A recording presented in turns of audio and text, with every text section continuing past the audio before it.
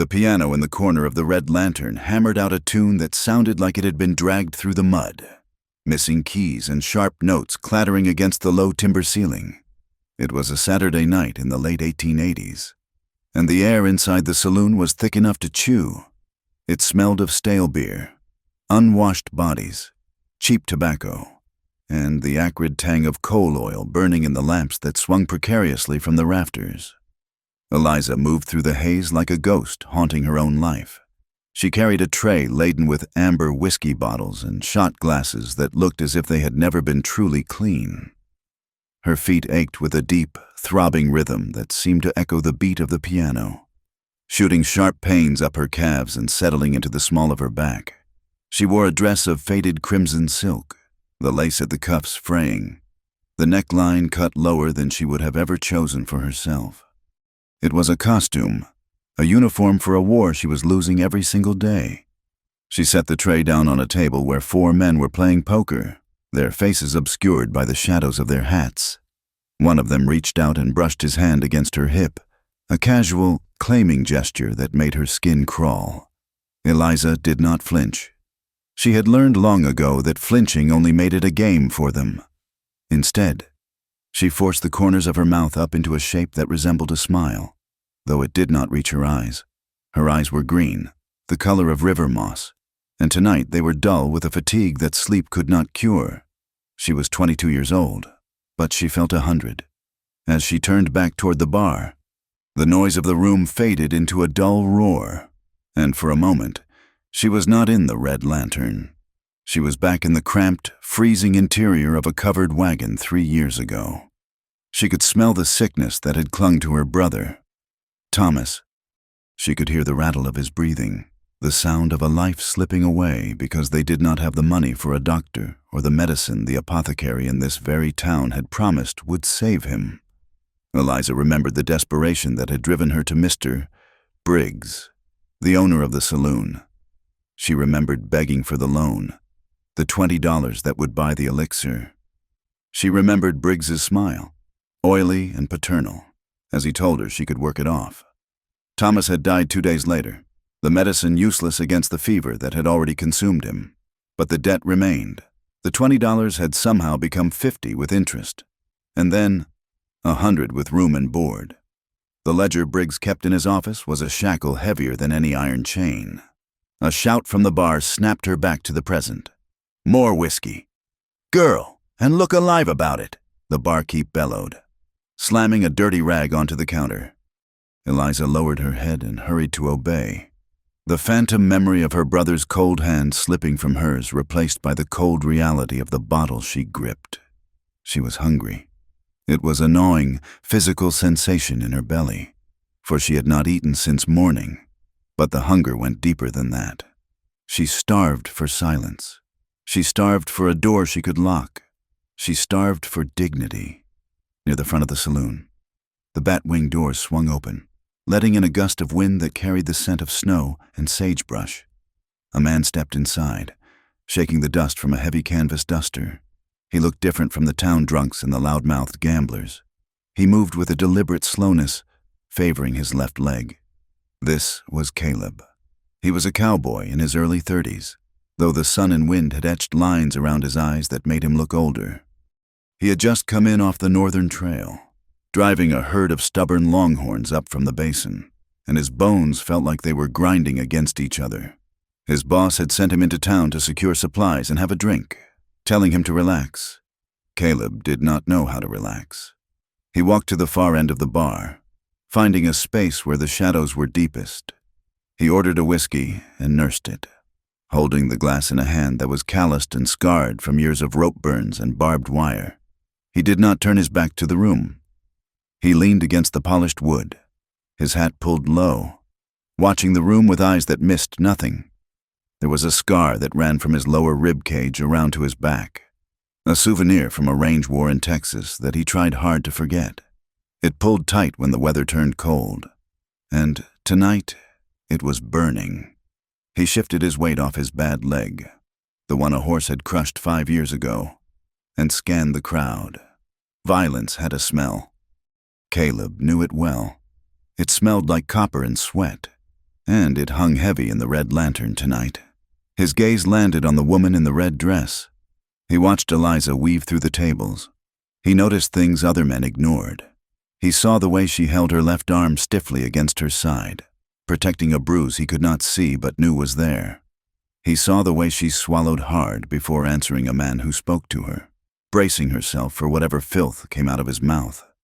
He saw the bruises on her wrist, partially hidden by the lace of her sleeve. Dark fingerprints left by someone who had grabbed her too hard. She looked like a bird trapped in a chimney, beating its wings against the soot, slowly suffocating. Caleb took a sip of the burning liquor and looked away, telling himself it was none of his business. He was just passing through. He had his own ghosts to outrun. But then the noise at the center table spiked. A burly ranch hand, a man Caleb recognized as a troublemaker from a rival outfit, reached out and grabbed Eliza by the waist. He was drunk, his face flushed and sweating, his eyes glassy with liquor and malice. "Come here, darlin'," the man slurred, yanking her down. "Sit on my lap and bring me some luck." Eliza stumbled, the tray in her hand tilting dangerously. "Please," she said, her voice quiet but firm. "I have work to do. Sir, please let go." The man laughed. "A wet, ugly sound. Your work is whatever I say it is. You ain't nothing but a saloon girl. You don't tell me no?" He pulled harder, and Eliza lost her footing, falling against his heavy thigh. She scrambled to right herself, her hands pushing against his chest. "I said, let go!" The rejection turned the man's lust into fury and a heartbeat. He stood up, knocking his chair back, and his hand lashed out. The sound of the slap cracked through the saloon like a gunshot. Eliza cried out, stumbling back against a pillar. Her hand flew to her cheek, which was already turning a violent shade of red. The room went silent. The piano player stopped mid-chord. The ranch hand loomed over her, his chest heaving. "Don't you ever talk back to me, you worthless little whore. You're lucky I even look at you." Eliza pressed herself against the wood of the pillar, her eyes wide with terror. She waited for the next blow, curling inward to protect her ribs. It did not come. Caleb had moved without thinking. One moment he was leaning against the bar. The next, he was standing between Eliza and the ranch hand. He did not have his gun drawn, but his hand hovered near the worn walnut grip of the Colt on his hip. He stood with a stillness that was more terrifying than any shouting. "That is enough," Caleb said. His voice was not loud. It was a low rumble, calm and edged with steel. It was the voice of a man who had looked death in the face and found it boring. The ranch hand blinked, trying to focus on the intruder. "Who the hell are you? Get out of my way. Cripple! This is between me and the girl. She asked you to stop," Caleb said, his eyes locking onto the other man's. "You hit her. Now you are going to walk away," the ranch hand scoffed, looking around at his friends for support. Two other men at the table stood up, their hands drifting toward their belts. "You going to make me? You and what army?" Caleb did not flinch. He did not look at the other men. He kept his focus entirely on the aggressor. "I'm giving you a choice. Walk out that door, or we see who is faster. I do not care which one you pick." The air in the saloon seemed to vibrate. Caleb felt the old familiar coldness spread through his chest, the shutting down of fear, the sharpening of his senses. He knew exactly where everyone was. He knew he could drop the ranch hand before the man cleared leather. He also knew the other two would likely kill him before he could turn. It was a bad play, a stupid play. But the sound of that slap was still ringing in his ears, echoing a helplessness he thought he had buried years ago. Suddenly, a booming voice broke the tension. "Gentlemen, gentlemen, Mr." Briggs emerged from his office at the back of the room, wiping his hands on a silk handkerchief. He was a portly man with eyes like polished stones and a mustache he waxed daily. He stepped into the circle of tension, smiling a smile that promised nothing good. "Let us not have any bloodshed tonight," Briggs said smoothly, stepping between Caleb and the ranch hand. "It is bad for business. The floor is freshly swept." He turned to the ranch hand. "My apologies, sir. The girl can be temperamental. She forgets her place." Then he turned to Caleb. his eyes narrowing slightly. "And you, stranger? I appreciate the chivalry, but my customers are here to enjoy themselves. There is no need for guns." Caleb did not relax his stance. He hit her. "She provoked him," Briggs said, his voice dropping an octave, losing its joviality. "And she is my property until her debt is cleared. Do not interfere with my property, Cowboy, unless you have $500 to buy her contract right now." Caleb's jaw tightened. He had $40 in his pocket, his pay for 3 months on the trail. He looked at Briggs, seeing the utter lack of humanity in the man's face. He looked at the 3 armed men facing him. Briggs smiled again, tight and dismissive. "Sit down. Friend, have a drink on the house. And you, Eliza, apologize to the gentleman for upsetting him." Eliza lowered her hand from her cheek. Her face burned, but the shame burned hotter. She looked at Caleb. She saw the tension in his shoulders, the way his hand was still poised to draw. She saw a man willing to die for a stranger. She could not let that happen. "I'm sorry," she whispered, her voice trembling. "I was clumsy. I did not mean to cause trouble." The ranch hand sneered. "See that you remember it next time." Briggs clapped his hands. "There, settled. Back to your games, boys." Caleb stood there for a long moment. He felt the weight of the room against him.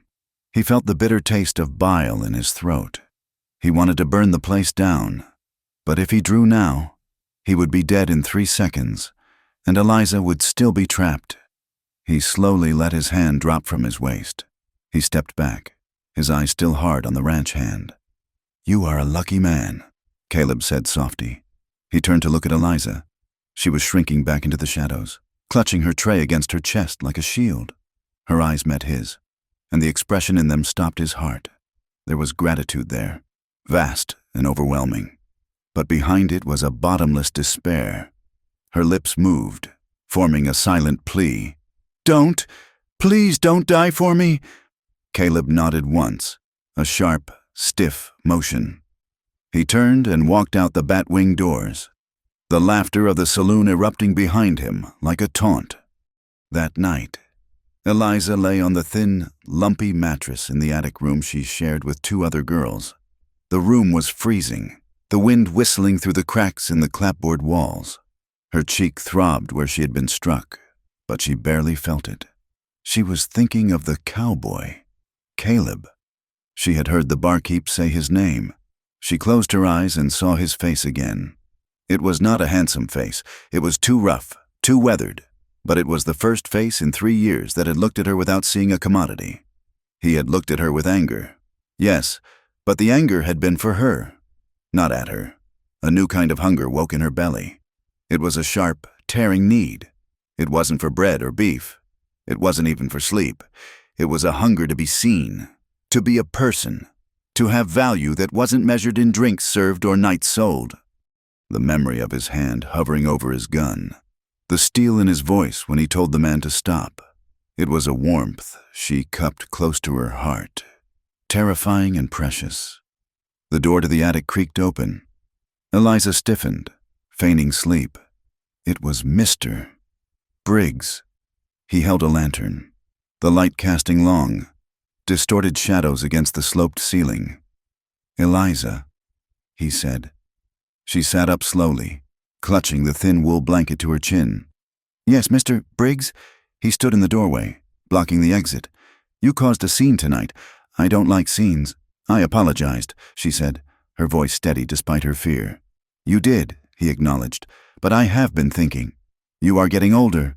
Eliza, you are not as fresh as you used to be, and you are becoming difficult."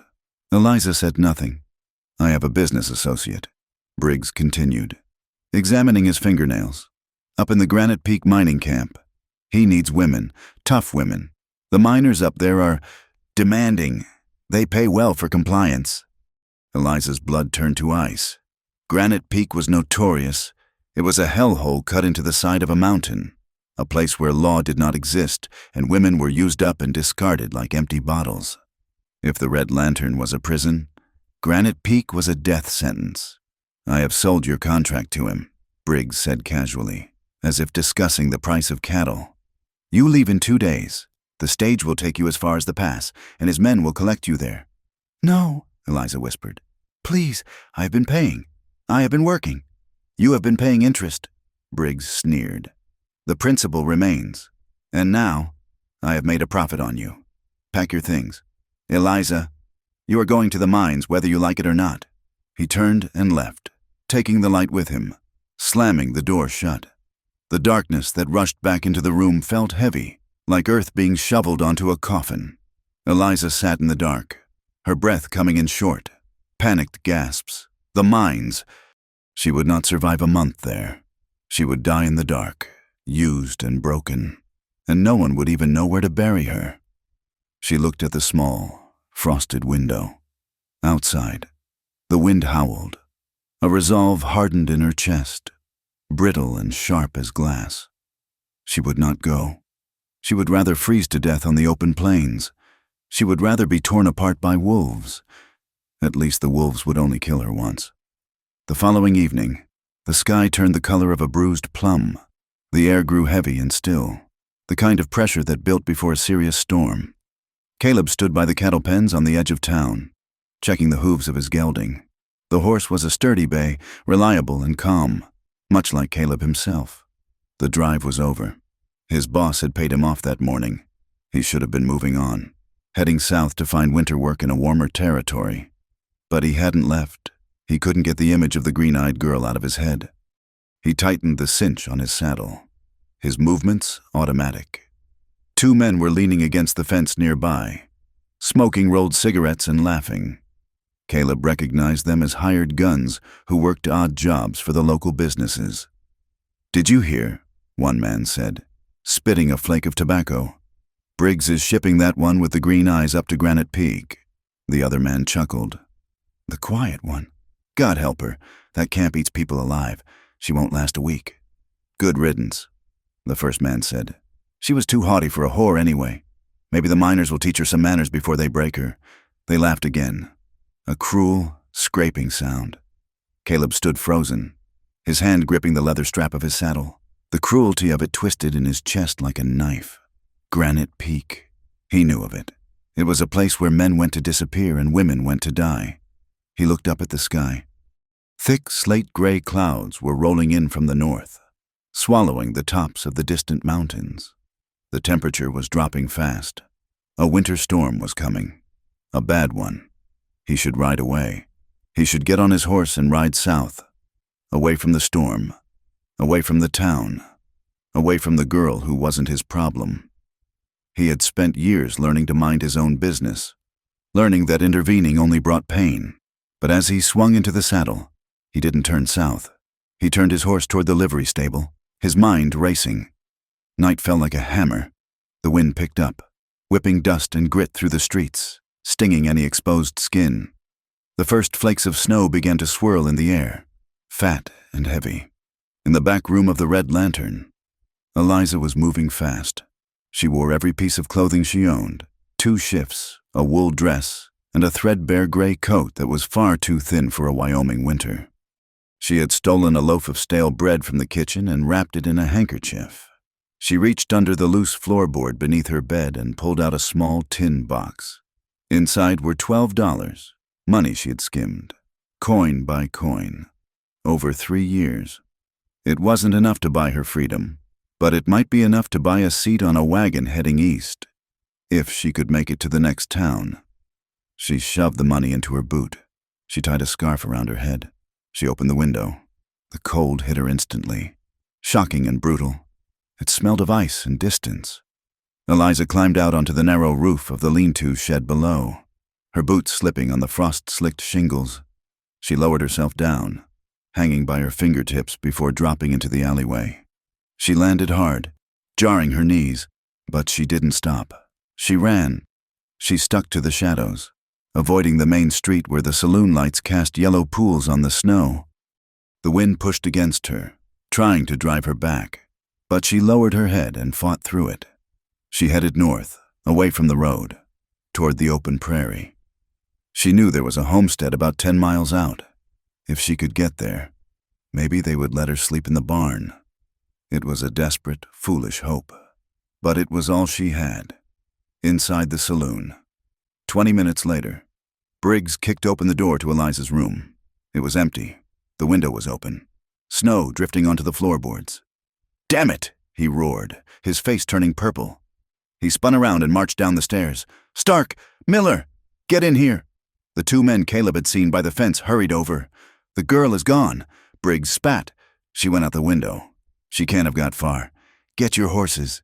It is blowing up a storm out there." "Mr. Briggs," Stark said, looking at the windows rattling in their frames.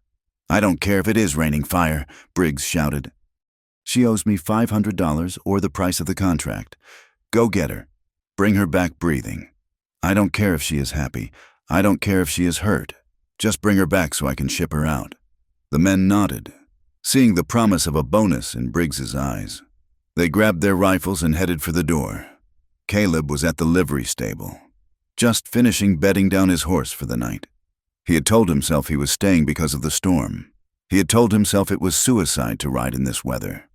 He heard the saloon door bang open down the street. He heard the shouting. He heard the sound of galloping hooves as two riders tore out of town, heading north into the dark. Caleb stood in the doorway of the stable, the lantern in his hand swaying in the wind. He knew. He didn't need to ask. He knew exactly what was happening. Eliza had run, and the wolves were chasing her. He looked at the warm pile of straw where he was supposed to sleep. He looked at his horse, tired but strong. If he stayed, he would be warm. He would be safe. He would wake up tomorrow, drink coffee, and ride south. He would live a long, quiet life. If he went, he was riding into a blizzard. He was riding against two armed men. He was riding for a woman who was nothing to him, just a pair of sad green eyes and a bruise on a wrist. Caleb cursed softly, a low, bitter sound in his throat. He blew out the lantern and walked back to his horse. "Sorry, boy," he murmured, stroking the animal's neck. "We are not done yet." He threw the saddle back onto the horse, his movements precise and fast. He checked his Winchester rifle in the scabbard. He checked the Colt at his hip. He pulled his hat down low and tied his scarf tight around his face. He mounted up and rode out of the stable. The wind hit him like a physical blow, screaming in his ears. The snow was falling harder now, a white curtain dropping over the world. Caleb spurred his horse, heading north, following the fading tracks of the two men who were hunting the girl. He rode into the dark, into the cold, into the danger he had spent 5 years avoiding. He rode because he couldn't forget the way she had looked at him. He rode because if he didn't, he would never be able to look at himself in a mirror again. The town faded behind him, swallowed by the storm, and Caleb was alone in the night, a hunter hunting the hunters, driven by a conscience he thought he had killed long ago. The wind did not just blow, it hunted. It tore across the open plains of Wyoming with a shriek that sounded like a dying animal, driving needles of ice through the thin wool of Eliza's coat. The world, which only hours ago had been a vast expanse of sagebrush and rolling hills, had vanished. In its place was a suffocating curtain of white, a swirling void that erased the sky and the ground until there was no up or down, only the biting cold. Eliza stumbled, her foot catching on a hidden root beneath the snow. She fell hard, her hands plunging into the drift, the ice searing her skin like fire. She gasped, sucking in air that tasted of iron and frost, and scrambled back to her feet. She could not stop. Stopping meant dying. Her boots, cheap leather with soles worn thin from years of pacing saloon floors, were already soaked through. Her toes were numb, distant blocks of wood attached to her feet. The cold had moved past pain and settled into a dull, heavy ache that radiated up her legs, making every step a battle against her own body. She pressed on, head down, shielding her face with a scarf that was stiff with frozen breath. In the howling dark, a face swam up in her memory. Thomas, her brother. She saw him not as he had been at the end, wasted and feverish in the back of the wagon, but as he was when they were children, sitting on a fence rail in Missouri, swinging his legs. "Promise me, Liz," he had whispered when the sickness took his voice. Promise me you won't stay trapped. Promise me you will find a life that is yours. I am trying. Thomas, she thought, the words screaming in her mind to drown out the wind. I am trying. She had walked for what felt like hours, though it might have been only minutes. The landscape was deceptive in a blizzard. A stand of cottonwoods she thought was close turned out to be a mile away. Or perhaps they were just shadows conjured by her exhaustion. The snow was deepening, dragging at her skirts, weighing her down. She was a small thing against the enormity of the winter, a speck of gray in a world of white violence. Then, over the roar of the wind, she heard it. It was a sound that did not belong to the storm. The rhythmic, heavy crunch of hooves breaking through crust, the jingle of a bit chain. Eliza froze, her heart hammering against her ribs like a trapped bird. She looked back, squinting through the stinging sleet. Two dark shapes were emerging from the gloom, spectral and terrifying. Riders. They were hunched low in their saddles, hats pulled down, but she knew them. She knew the shape of their shoulders, the way they sat their horses. Briggs had sent his dogs. Fear, sharp and electric, spiked through her frozen limbs. She forced her legs to move, breaking into a clumsy, lurching run.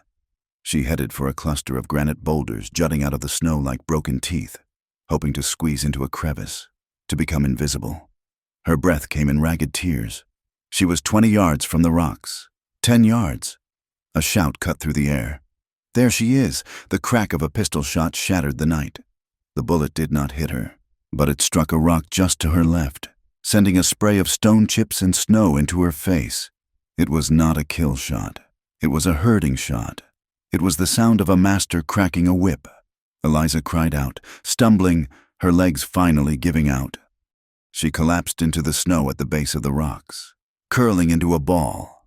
Shaking so hard her teeth rattled, she pressed her hands over her ears, waiting for the grab, for the rough hands that would drag her back to hell. But the grab did not come.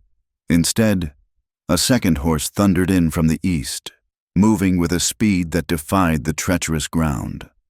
Caleb had ridden hard, cutting through a dry wash he knew from the autumn drive, flanking the two men before they even knew he was there. He knew this land better than he knew his own soul. He knew where the drifts piled deep and where the wind scoured the ground hard enough for a horse to find footing.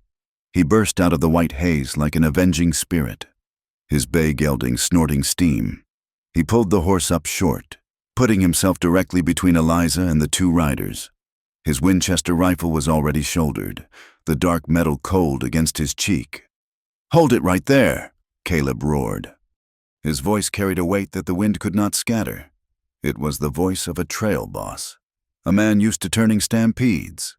The two riders, Stark and Miller, yanked on their reins, their horses rearing in confusion. They had expected a terrified girl, not a man with a rifle leveled at their chests. "Who is that?" Stark shouted, squinting against the snow.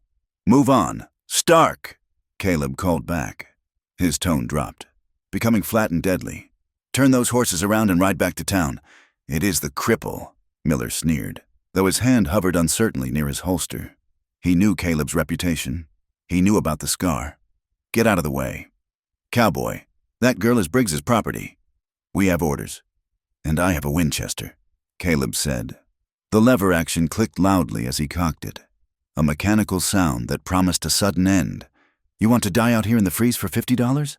Is that what your life is worth? She belongs to Briggs." Stark yelled, frustration warring with self-preservation.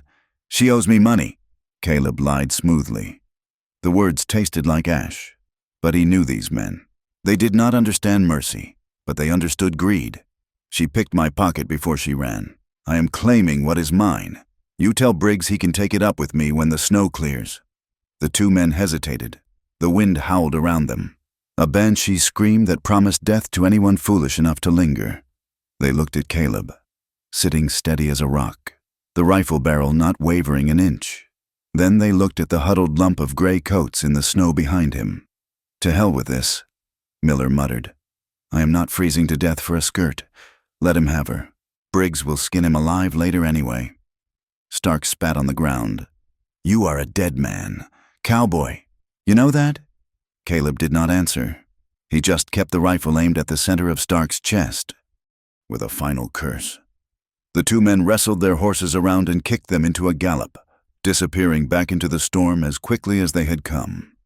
Caleb held his position for a long minute, waiting until the sound of their hoofbeats was swallowed by the wind.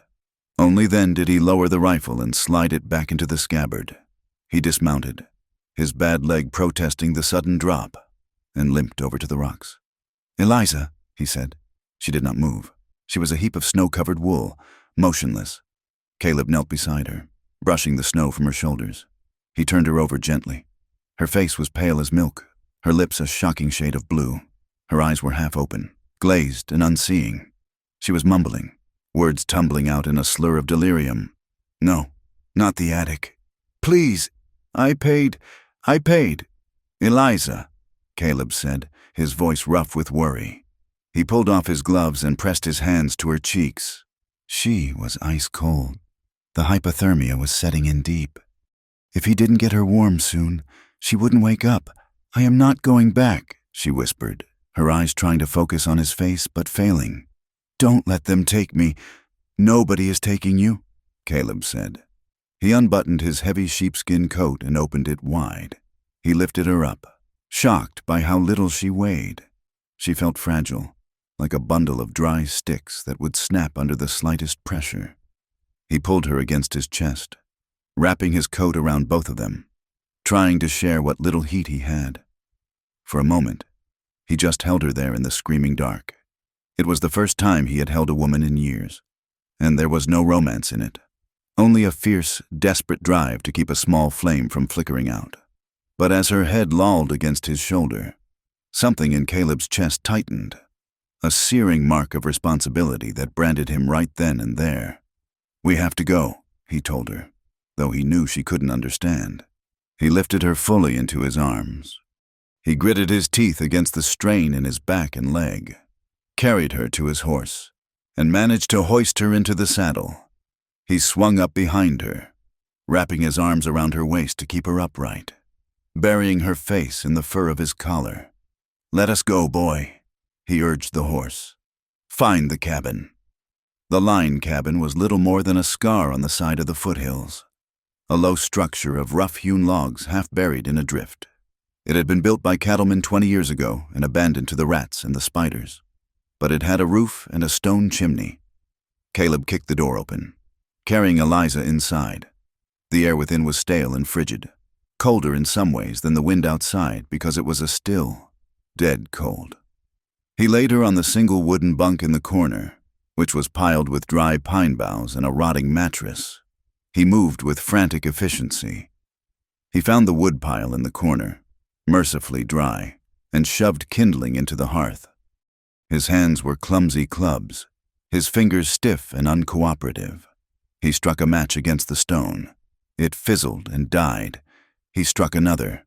The flame flared, blue and orange, and caught the dry moss. "Come on," he hissed. "Burn!" The fire caught. The flames licked up the wood, casting dancing shadows on the logs. The cabin began to fill with a faint, flickering orange light. Caleb turned back to Eliza. She was shivering now, violent, whole-body tremors that rattled her teeth. Her clothes were a frozen shell. He knew what he had to do. He hesitated for only a second, the propriety of the world outside warring with the necessity of survival in here. If he left her in those wet clothes, she would die of pneumonia before morning.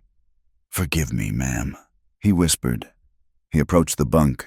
His hands, usually so steady with a rope or a gun, trembled slightly as he undid the buttons of her coat. He peeled the sodden gray wool away. Beneath it, her dress was soaked through, clinging to her skin like a second, freezing skin. He worked quickly, keeping his eyes on his task, trying to detach himself from the intimacy of it. He unlaced her boots, pulling them off and rubbing her numb feet briskly to get the blood moving. He unhooked the bodice of her dress. He stripped away the layers of wet fabric until she was left in her thin cotton shift. She moaned softly, a sound of distress, and tried to curl away from him. "It is all right," Caleb said, his voice low and soothing. Just getting you warm." He grabbed the dry blankets from his saddle roll, rough wool, smelling of horse and tobacco, but dry, and wrapped them around her, tucking the edges in tight. He took his own scarf, warmed it by the fire, and wrapped it around her head to dry her damp hair. He sat back on his heels, exhausted. Watching her, he felt like an intruder. He had seen the bruises on her arms, the thinness of her ribs, the scars of a hard life written on her skin. He felt a surge of anger so potent it made him dizzy. Anger at Briggs, at the men who had used her, at a world that allowed such things to happen. He built the fire up until it roared. He melted snow in a tin cup and held it to her lips, coaxing her to swallow. She coughed, choking a little, but drank. As the night wore on, the shivering stopped, replaced by a burning fever. The heat he had forced into her body seemed to ignite something volatile. Eliza began to thrash. She kicked at the blankets, muttering in a language of fear. "No, the lock is broken. He is coming in." Caleb sat on an overturned crate by the bunk, his eyes gritty with fatigue. He reached out and caught her flailing hand. "Eliza, you are safe. Don't touch me," she cried out, her eyes flying open but seeing nothing. Her gaze was fixed on the ceiling, wide and terrified. "It hurts." "Please, I don't have any more money." Caleb flinched. The words were a gut punch. He leaned closer, keeping his voice steady, a drone of comfort against the chaos in her mind. "Nobody is asking for money. Nobody is hurting you. Look at me." She didn't look. She twisted, trying to pull her hand away. "Blood. There is blood on the floor." "Thomas?" "I am here," Caleb said. He didn't know who Thomas was, but he knew the tone of grief. He stroked the damp hair back from her forehead. His calloused fingers were gentle, a contrast to the violence she was reliving. He spent the night murmuring lies that he hoped would become truths. "I won't let them in. You are safe here. The door is barred. No one touches you unless you say so." Sometime near dawn, the fever seemed to break, or at least recede. Eliza stopped thrashing. Her breathing evened out, becoming a shallow rhythm. But in the quiet, her hand moved. She reached out, blindly, her fingers seeking purchase. She found his wrist. Her grip was weak, barely a flutter, but she held on with desperation. "Don't go," she whispered, her voice a dry rasp. "It is too dark." Caleb looked down at her hand on his wrist. Her fingers were small, pale against his weathered skin. He could feel the fragile pulse in her fingertips. He had been planning to move to the other side of the cabin, to give her space, to sleep by the door. "I am not going anywhere," he said. He stayed. He sat on the crate, his back aching, his leg throbbing, watching the fire turn to embers and feeding it again. He let her hold him, an anchor in the storm, until the gray light of morning began to seep through the cracks in the logs. Eliza woke to the smell of wood smoke and old wool. Her head felt heavy, stuffed with cotton, but the terrifying heat of the fever was gone. She opened her eyes. Above her was a ceiling of rough timber, stained with soot. She was warm. Heavy blankets pinned her down. Memory returned in jagged shards. The snow, the gunshots, the cold that had eaten her bones. She sat up with a gasp, clutching the blanket to her chest. She looked down and realized she was not wearing her dress. Panic, cold and instant, flooded her veins. "Where?" "Easy," a voice said from the shadows. Eliza jerked her head around. A man was sitting by the hearth, whittling a piece of wood with a small knife. He stopped and looked up. It was the cowboy, Caleb. He looked exhausted. Dark circles bruised the skin under his eyes, and stubble darkened his jaw. But his eyes were clear and calm. "Where am I?" Eliza demanded, her voice cracking. She pulled the blanket tighter, checking herself for pain. For the familiar aches of violation, there were none, only the stiffness of the cold. "What do you want?" "We are in a line cabin, north of town," Caleb said. He set the wood and knife down slowly, showing his empty hands. "I found you in the snow. Briggs' men were closing in. I sent them away." Eliza stared at him, her mind racing. "You sent them away? Why? Because they were going to kill you, or worse, he said simply. And my clothes? She asked, the accusation sharp in her tone. They were frozen stiff. He said, You would have died. I took them off. I didn't look more than I had to, and I didn't touch anything I didn't have to. Eliza watched him, looking for the lie. She knew men. She knew the shifting eyes, the smirk of a secret kept. Caleb just looked at her, steady and grave. You were freezing, he added. I wrapped you up, that is all. Eliza slumped back against the wall, the adrenaline draining away, leaving her weak. She looked at the fire. Why? Caleb poked at the embers with a stick. I don't know, he admitted. Didn't seem right to leave you. He stood up, groaning slightly as his bad leg took his weight. He walked to a pot sitting near the fire. I melted some snow. We have beans and some dried beef. You need to eat. He ladled a portion into a tin plate and brought it to her. He didn't come too close. He set it on the edge of the bunk and stepped back, giving her room. Eliza looked at the food, her stomach cramped with hunger. She reached for the spoon, her hand shaking. Thank you, she whispered. Don't thank me yet, Caleb said, moving back to his spot by the fire. The storm is still blowing. We are snowed in. Could be days before we can move. The days that followed were a strange, suspended reality. The world outside ceased to exist, reduced to the white howl against the walls. The cabin was a tiny, dim universe of two. They fell into a rhythm born of necessity. Caleb tended the fire. He went out into the storm for brief, freezing minutes to gather firewood from the stack under the eaves. He melted snow for water. Eliza, as her strength returned, took over the cooking, such as it was. She mended a tear in Caleb's coat with a needle and thread she found in her pocket. The intimacy was unavoidable in such a small space, but it was an intimacy of survival, not romance. They were like two soldiers in a foxhole. Eliza watched him with the wary eyes of a feral cat. She watched him turn his back completely whenever she needed to use the chamber pot or adjust her dress, which had dried stiff and wrinkled. She watched him sleep by the door, his gun within reach, placing himself between her and the world. He never crowded her. He never made a comment about her appearance. He spoke little, and when he did, it was about practical things, the wood supply, the wind, the leak in the roof that dripped icy water into the corner. Slowly, the knot of terror in Eliza's chest began to loosen. It didn't disappear, but it allowed her to breathe. She realized that this man was different. He carried a heavy sadness, a silence that matched her own. One evening, after a meal of beans and stale biscuits, Caleb sat by the fire, cleaning his gun.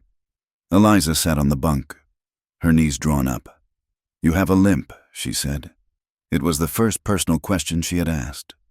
Caleb didn't look up. Horse rolled on me. 5 years back, Texas. Does it hurt when it is cold? He said, It is cold now. He shrugged. Life is cold. Eliza looked down at her hands. You stood up for me in the saloon. No one has ever done that. I didn't do much, Caleb said, his voice bitter. I backed down. You stayed alive. Eliza said, That is doing something. Caleb looked at her then, his eyes dark. Staying alive isn't always the hard part. Eliza, it is living with what you did to stay that way. The words hung in the air, heavy and unexplained. Eliza sensed a ghost in the room, something that haunted him just as Thomas haunted her. She didn't press. She understood the weight of the past. The fourth night was the worst. The wind shifted, screaming down the chimney, sending puffs of ash into the room. Eliza was asleep, but it was a thin, restless sleep. In her dream, she was back at the Red Lantern. Briggs was there. He was laughing, his face twisting into a demonic mask. He was reaching for her throat. You are mine, Eliza. You are bought and paid for. Suddenly, a loud crack echoed through the cabin, a heavy branch from the pine tree outside snapping under the weight of the snow and slamming against the roof. Eliza bolted upright with a scream that tore her throat. No, get off me. She was not in the cabin anymore. She was in the dark, trapped, fighting hands that were too strong. She scrambled back against the logs, clawing at the air, her breath coming in hyperventilating gasps. "Eliza!" The voice was deep and close. A shadow loomed over her. A man. She lashed out, her nails raking across fabric. "Don't touch me! Eliza! It is Caleb! It is just a branch! Wake up!" He caught her wrists. He didn't pin her down. He didn't force her. He just held her hands, firmly, creating a bridge between her panic and reality. "Eliza, look at me." She blinked, her eyes wide and unseeing, tears streaming down her face. She looked at the man holding her. The firelight danced in his eyes. They were not cruel eyes. They were terrified, but steady. "Caleb?" she choked out. "I am here," he said softly. "You are in the cabin. The storm broke a branch. That is all. Nobody is here but us." He lowered his voice, a rumble in his chest that she could feel through their joined hands. "Breathe. Just breathe. I have got you." Eliza's chest heaved. She stared at his hands holding hers. They were large, rough hands. The skin was calloused like leather. They were hands that could crush, hands that could kill. But they weren't crushing. They were grounding. They were an anchor. She stopped fighting. The adrenaline crashed, leaving her trembling violently. She slumped forward, her forehead resting against his hands. I thought they were here." She sobbed. "They aren't," Caleb said. "I promised you. The door is barred. I am watching." He didn't let go. He held her hands, rubbing his thumbs slowly over her knuckles. It was a rhythmic, soothing motion. Eliza focused on that sensation. The roughness of his palms, the warmth of his skin. For years, the touch of a man had meant theft. It had meant something was being taken from her. Her dignity, her safety, her will. This touch was different. It was giving. It was pouring strength into her. She looked up at him. His face was inches from hers. He wasn't looking at her body. He was looking into her eyes, searching for the girl beneath the fear. "You are shaking," he said. "I know," she whispered. She didn't pull away. A strange, terrifying feeling unfurled in her belly. It was the hunger she had felt that first night, but stronger now. It was a longing to be held, not to be used, but to be comforted. The silence in the cabin changed. It became charged, thick with an awareness that hadn't been there before. Eliza became acutely aware of the heat radiating from him, of the smell of sage and wood smoke on his skin. She realized, with a jolt that stopped her breath, that she didn't want him to let go. Caleb seemed to sense the shift. He went still. He looked at her mouth, then quickly up to her eyes. A flicker of something raw passing behind his gaze. It was desire. Yes, but it was tempered with a profound restraint. He slowly released her hands. "You should sleep," he said, his voice husky. "Storm is dying down. We might be able to ride tomorrow."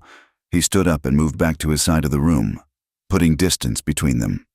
Eliza curled back under the blankets, but she didn't sleep. She lay there, staring at the fire, holding her own hand where he had touched it. The skin still tingled. She closed her eyes and replayed the moment, the strength of his grip, the gentleness.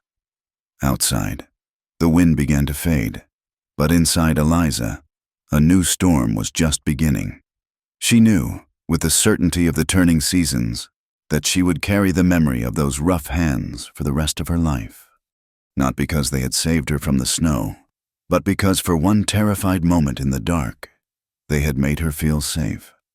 The silence that followed the storm was louder than the wind had ever been. When Eliza woke on the 5th morning, the howling had ceased. She sat up in the bunk, the heavy wool blanket sliding from her shoulders, and squinted against a brilliance that stung her eyes. The sun had returned. It streamed through the cracks in the logs, cutting the gloom of the cabin with blades of pure, white light. Caleb was already up. He stood by the small window, scraping the frost from the pane with his thumbnail. He turned when he heard her stir, his silhouette dark against the glare. "The storm is broke," he said. Eliza pulled her knees to her chest. The fire was banking down, a bed of glowing coals that did little to combat the chill seeping through the walls. She looked around the cabin. For days, this 12 by 12 box had been their entire world. It had been a fortress against the death waiting outside. Now, with the sun shining, the walls seemed to shrink.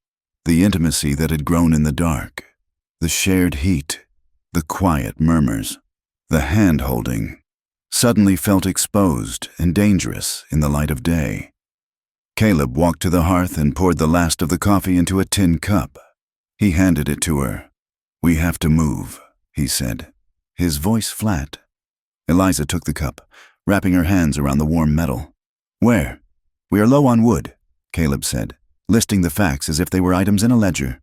"We are out of grain for the horse, and the snow has stopped, which means if Briggs sent anyone else, they will be able to cut sign on us by noon." The name Briggs made Eliza flinch. The safety of the cabin evaporated instantly. She took a sip of the bitter coffee, staring into the black liquid.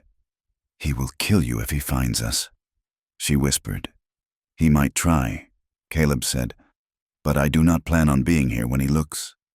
He crouched down, checking the strapping on his saddlebags. "There is a town about a day's ride south of here. Oak Creek. It is a ranching hub.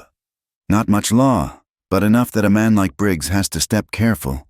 I have worked there before. I know a woman who runs a boarding house. She might take you on." Eliza looked up, her heart hammering a frantic rhythm against her ribs. "You want to leave me there?" "I want to get you somewhere safe," Caleb corrected. "I cannot keep you in a line cabin forever. Eliza, and you cannot go back to the lantern." The choice hung in the air between them, heavy and suffocating. To go with him meant riding out into the open, exposing herself to the sky and the eyes of strangers. It meant walking into a town where she was unknown, where she would just be a woman with no money and a shadowed past. But the alternative was the mines, or a shallow grave in the snow. She looked at Caleb. He was watching her, his face impassive, but his hands were still. He was waiting for her to choose. He was not ordering her. For 3 years, men had told her where to go, when to stand, when to lie down. Caleb was giving her the terrifying weight of her own will. "I will go," she said, her voice trembling but audible. "I will ride with you." Caleb nodded once. "Finish your coffee. It is going to be a long day." The world outside was a blinding, undulating ocean of white. The snow had drifted deep against the cabin walls, burying the woodpile, and stretched out across the foothills in unbroken waves. The air was crisp and thin, so cold it felt like inhaling glass. They had only the one horse, Caleb's sturdy bay. Eliza assumed she would walk, or that she would sit behind him, clinging to his coat. Instead, Caleb shortened the stirrups. "Up you go," he said, offering his gloved hands to boost her. Eliza hesitated. "You cannot walk in this. The drifts are 3 feet deep. The horse can't carry double in this powder," Caleb said. "He will founder." "You are light. I am used to walking." He didn't wait for an argument. He lifted her easily, settling her into the saddle. He handed her the reins but kept a hold on the bridle near the bit. He did not walk ahead of her, pulling the horse like a pack mule. He walked beside the shoulder of the animal, trudging through the knee-deep snow, his breath puffing in white clouds. It was a small thing, a matter of positioning, but to Eliza, it felt momentous. He was not leading a prize he had stolen. He was walking with her. The journey was grueling. The sun, though bright, offered no heat. The wind scoured the tops of the drifts, sending snakes of powder hissing across the crust. Eliza's feet in her boots, which Caleb had dried by the fire, grew numb within the hour. They moved slowly, a dark speck in a white wilderness. They crossed a frozen creek where the ice groaned ominously under the horse's weight. Caleb keeping a hand on Eliza's knee to steady her, his eyes scanning the banks for trouble, to distract her from the cold, and perhaps to fill the silence that stretched as vast as the horizon. Caleb began to talk. He pointed a gloved hand toward a ridge where the wind had swept the rock bare. "Look there," he said over the crunch of snow. Eliza squinted.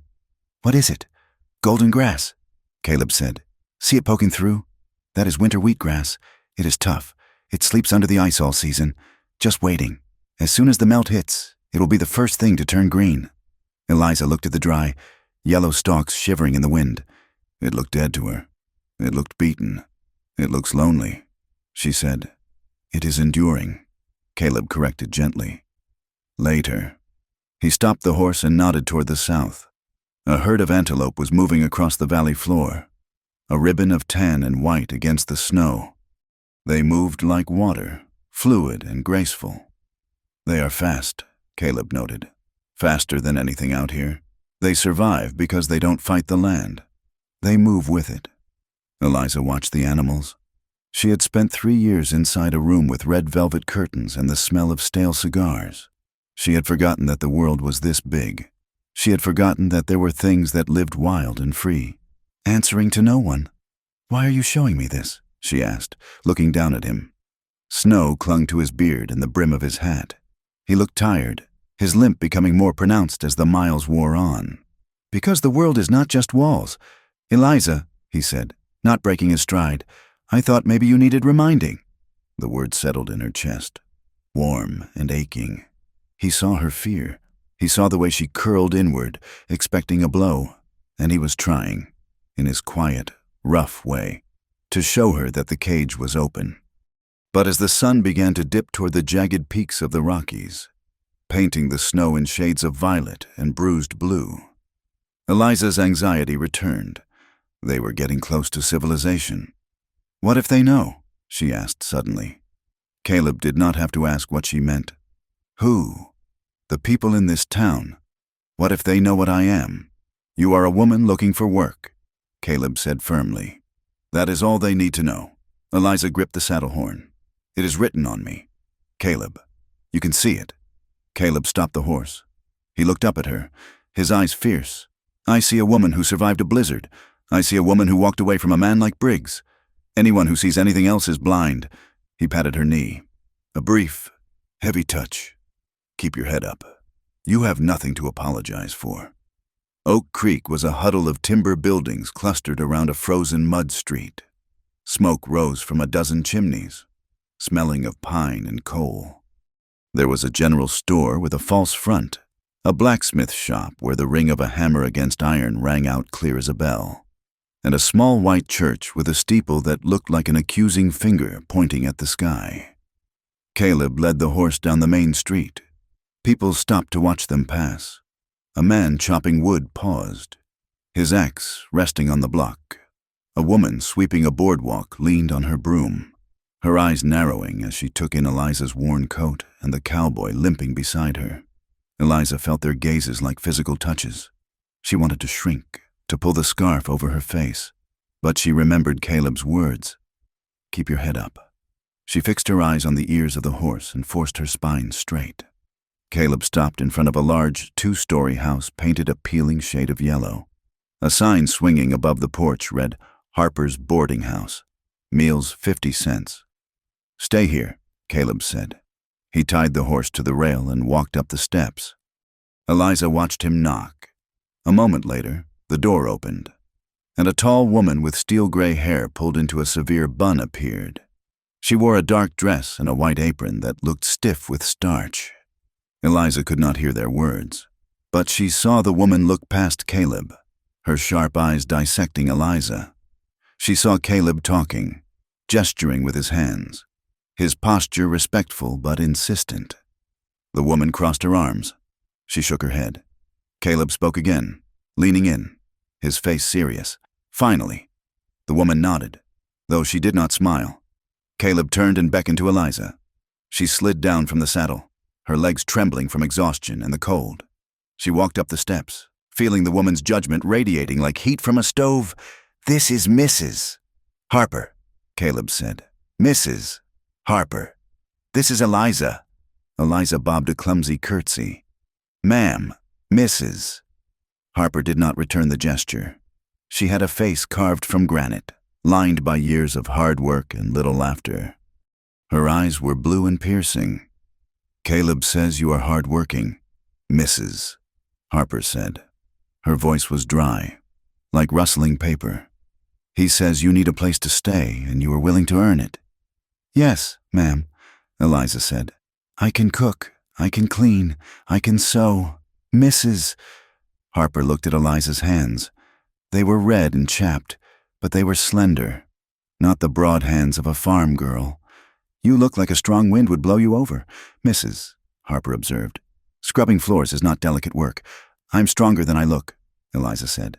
The desperation in her voice made it sharp. "Please, I just need a chance. Mrs."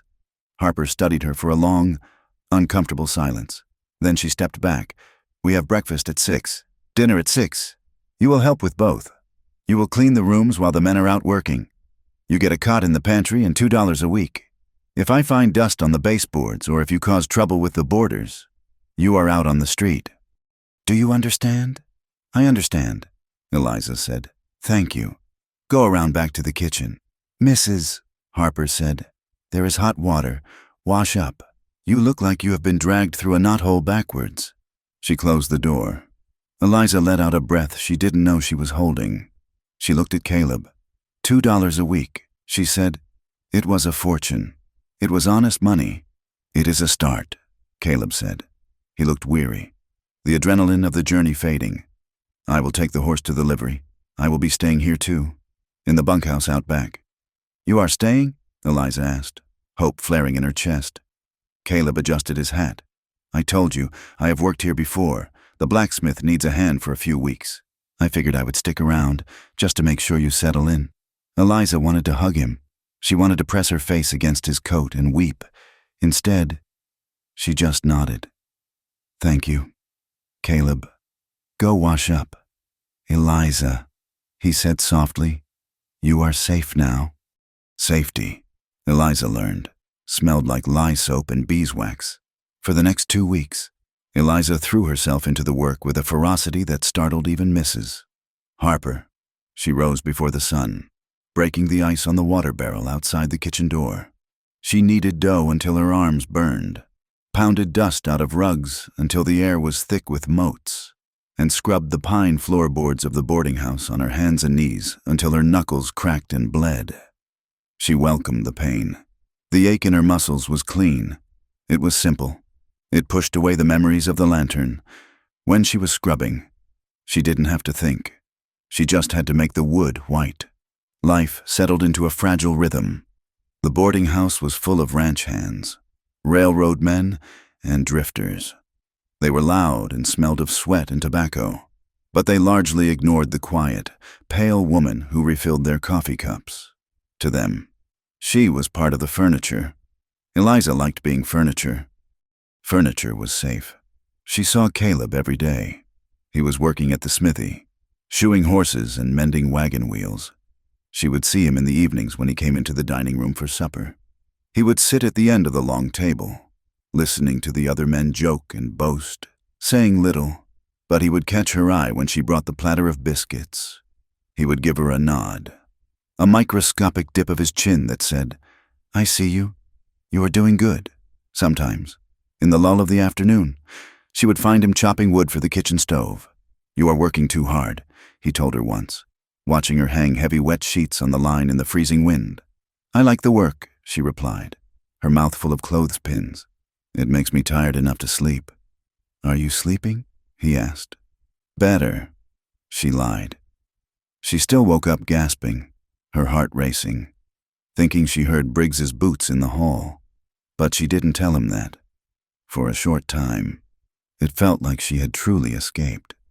She bought a new dress with her wages, a simple calico print with a high collar. She braided her hair. She started to look less like a ghost and more like a woman. But the West was a small place, and secrets were like smoke. They always found a way out. It started on a Tuesday. Eliza was at the general store, buying flour for Mrs. Harper. A woman in a fine bonnet was standing at the counter, examining a bolt of lace. She turned as Eliza walked in. The woman froze. Her eyes went wide, then narrowed into slits of recognition. Eliza felt the blood drain from her face. She knew the woman, not by name, but she had seen her. This woman's husband had been a regular at the Red Lantern. The woman had come once, screaming at the doors, pounding her fists against the wood, dragging her husband out by his ear while the girls watched from the windows. She had seen Eliza in the window. Eliza turned and fled. leaving the flour on the counter. She ran back to the boarding house, her heart pounding a frantic rhythm of ruin. Ruin, ruin. By the next evening, the atmosphere in the town had shifted. It was subtle at first, a silence that fell when she walked into a room, heads leaning together in church when she walked past on the street. Then came the whispers. Whore, fallen woman, Briggs's girl, Mrs. Harper's boarders began to mutter. A few of the more respectable men packed their bags and left, offering vague excuses about moving closer to the railhead. Eliza tried to make herself smaller. She kept her eyes on the floor. She worked harder. One night, Caleb walked into the saloon down the street from the boarding house to buy a pouch of tobacco. The room was warm and loud. 3 men were standing at the bar, laughing. "I am telling you," one man said, slapping the counter. "It is her, the one from the lantern, the one with the green eyes." "And she is staying at Harper's?" another man asked, grinning. "Maybe I should move in there. I bet the room service is special, if you know what I mean." They laughed, a crude, ugly sound that grated on Caleb's nerves like a file on bone. "And that cripple brought her here," the first man said, "acting like he is her savior, probably pimping her out himself." Caleb froze. The rage that rose in him was white-hot and blinding. It was the same rage he had felt the night he shot a man in Texas. His hand twitched toward his gun. He could turn around. He could put a bullet in the man's leg. He could smash his face into the bar. He wanted to. God, he wanted to. But he saw Eliza's face. He saw how hard she was trying. If he started a fight, if he killed a man or even hurt one, the sheriff would come. Questions would be asked. Eliza's name would be dragged through the mud in a courtroom. She would be run out of town. Caleb forced his hand to unclench. He forced his breath to steady. He paid for his tobacco, turned his collar up, and walked out. He walked into the cold night, the laughter of the men echoing in his ears, feeling like a coward and a protector all at once. The confrontation came the next morning. Eliza was in the kitchen, kneading dough, when Mrs. Harper walked in. She did not look at the dough. She looked at Eliza. "Mrs. Evans spoke to me at the market today." "Mrs." Harper said without preamble. Eliza stopped.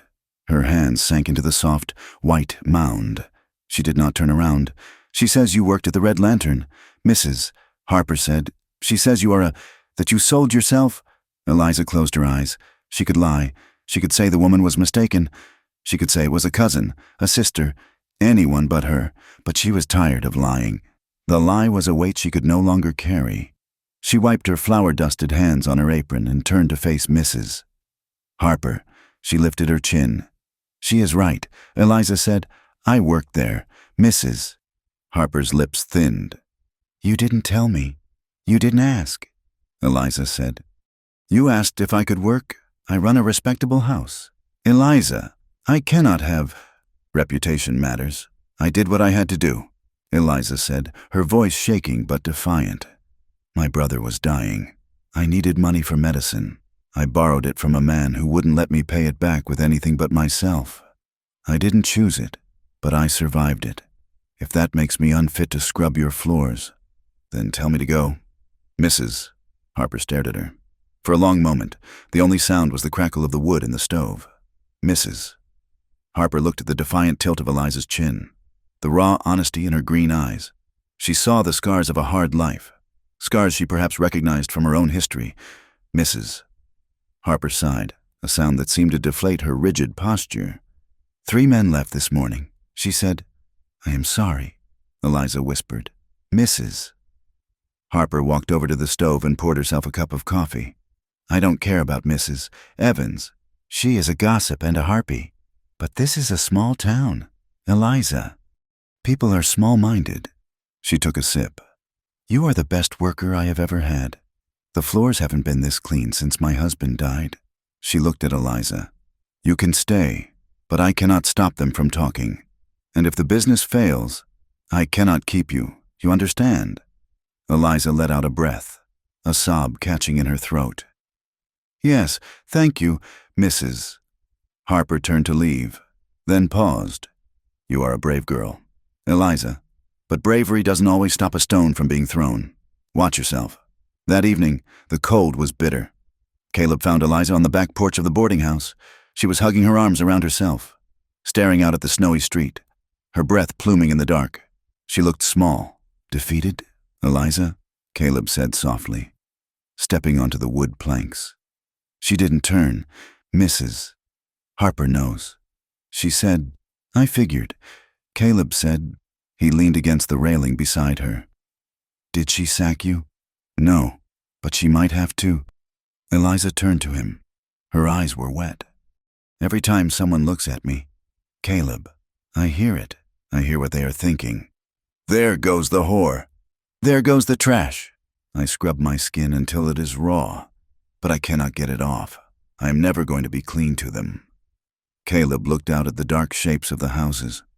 I killed a boy, he said. Eliza blinked, the confession stopping her tears. What? It was in Texas, Caleb said, his voice low and distant. The Lincoln County War. I was riding for the Chisholm outfit. We were pinned down in an arroyo. Bullets were flying everywhere. I saw a rifle flash from the brush. I fired. He paused, rubbing his thumb over the scarred wood of the railing. When the shooting stopped, I went to look. It was a kid. Couldn't have been more than 16. He wasn't even shooting at me. He was just scared, firing into the air. He looked at Eliza. His brother was the foreman of the other outfit. He swore he would see me hang. He put it out that I executed the boy, that I shot him in cold blood while he was surrendering. That is not true, Eliza whispered. Doesn't matter what is true, Caleb said. Matters what people say. I had to leave Texas. Everywhere I went, the story followed me. There goes the baby killer. There goes the butcher. He turned to her, his eyes intense. I spent 5 years running from a lie. Eliza, I let it eat me up. I thought I was what they said I was. But I learned something. What? She asked. That the only person who has to live in your skin is you. He said, they can talk. Let them talk. They don't know what it was like in that wagon with your brother. They don't know what it was like in that cabin. You do. Eliza looked at him. She saw the pain etched into his face, the weight he carried. It mirrored her own. They were two broken things, trying to stand up in a world that wanted to keep them down. She felt a sudden, aching closeness to him. The distance between them collapsed. Come with me, Caleb said suddenly. Where? The barn. It is freezing out here. They walked to the barn behind the house. It was warm inside, smelling of hay and horses. Caleb lit a lantern and hung it on a nail. The golden light pushed back the shadows. From the house next door, faint music drifted through the walls. Someone was playing a fiddle, a slow, mournful waltz. Shenandoah. Caleb took his hat off and set it on a bale of hay. He turned to Eliza. Dance with me, he said. Eliza stared at him. Here? Now? Why not? Caleb said. He held out his hand. His palm was open, rough and scarred. Eliza's heart pounded. She looked at his hand. For years, men's hands had been demands. Take this.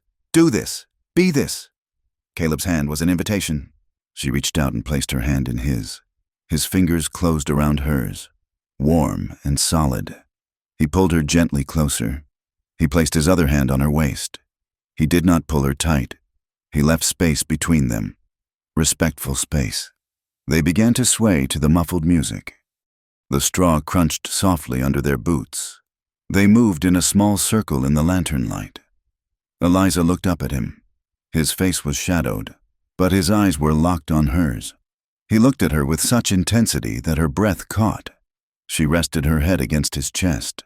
She could hear his heart beating through his heavy coat. Thump, thump, thump, thump. It was a steady, reassuring rhythm. She felt safe. For the first time in forever, she felt like a woman in the arms of a man, not a product in the hands of a buyer. The music swelled. Caleb's hand on her waist slid up slightly, resting between her shoulder blades. It was a tender touch. He stopped moving. Eliza lifted her head. They were standing very close now. The air between them was thick, charged with the same electricity that had been in the cabin, but stronger now. Caleb's gaze dropped to her lips. Then back to her eyes.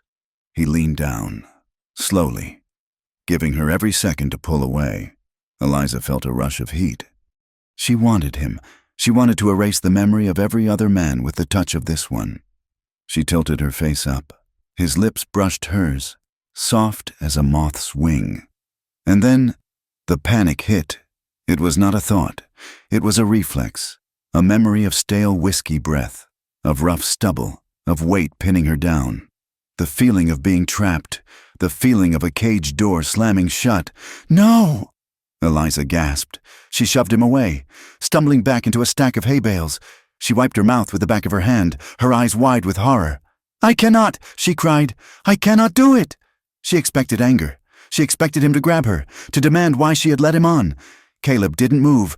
He stood where he was, his hands raised slightly, palms out. "It is all right, Eliza," he said. His voice was calm, though she could see the tension in his jaw, the hurt in his eyes. "I am dirty," she sobbed, shaking her head. "I am broken. Caleb, I don't know how to be. I don't know how to want it without feeling like I am back there." Caleb lowered his hands. "You are not dirty," he said fiercely. "You are wounded. There is a difference." He took a step toward her, but stopped when she flinched. "I am sorry," she wept. "I want to, I do, but I cannot." "Then we wait," Caleb said. He looked at her with a patience that broke her heart. "We go at your pace, Eliza. I don't want you if it costs you your peace. I don't want anything from you that you don't give freely. If that takes a month, fine. If it takes 10 years, fine." Eliza looked at him through her tears. He meant it. He really meant it. The desire was still there, a knot of heat in her chest, but it was tangled with the fear. It was a bittersweet pain. She realized then how deeply she loved him, and how terrifying that love was, because now she had something to lose. "I am sorry," she whispered again. "Stop apologizing," Caleb said gently. "Come here. No kissing. Just stand with me." Eliza hesitated, then took a step forward. Caleb opened his arms. She stepped into them, burying her face in his chest. He held her, his chin resting on the top of her head. They stood there in the barn, swaying slightly as the music faded into silence. Two scarred people holding each other up against the dark. Outside, the wind picked up again, whistling around the eaves, whispering that the storm wasn't truly over yet.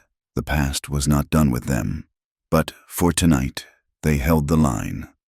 The town of Oak Creek, which had initially seemed like a sanctuary of pine and honest labor, began to close in around Eliza like a fist slowly tightening. The change was not sudden. It was a creeping frost that started at the edges of the community and worked its way inward, chilling the air wherever she walked. It began with the boarders at Mrs. Harper's house, two railroad men, who had previously tipped their hats to Eliza when she poured their coffee, packed their bags on a Tuesday morning. They did not look her in the eye. They mumbled to Mrs. Harper about needing to be closer to the depot, but Eliza heard them on the porch as they left. They spoke of bad influences and tainted meat, their voices low and ugly. Mrs. Harper said nothing, but the lines around her mouth deepened. The loss of 2 paying guests was a blow the widow could ill afford. She scrubbed the empty room with a ferocity that spoke of her anxiety, and every scour of the brush sounded to Eliza like an accusation. Sunday brought the judgment out of the shadows and into the light. Eliza had not wanted to go to church.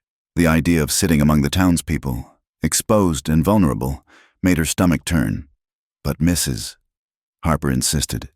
In a town like this, absence from the service was as good as a confession of guilt.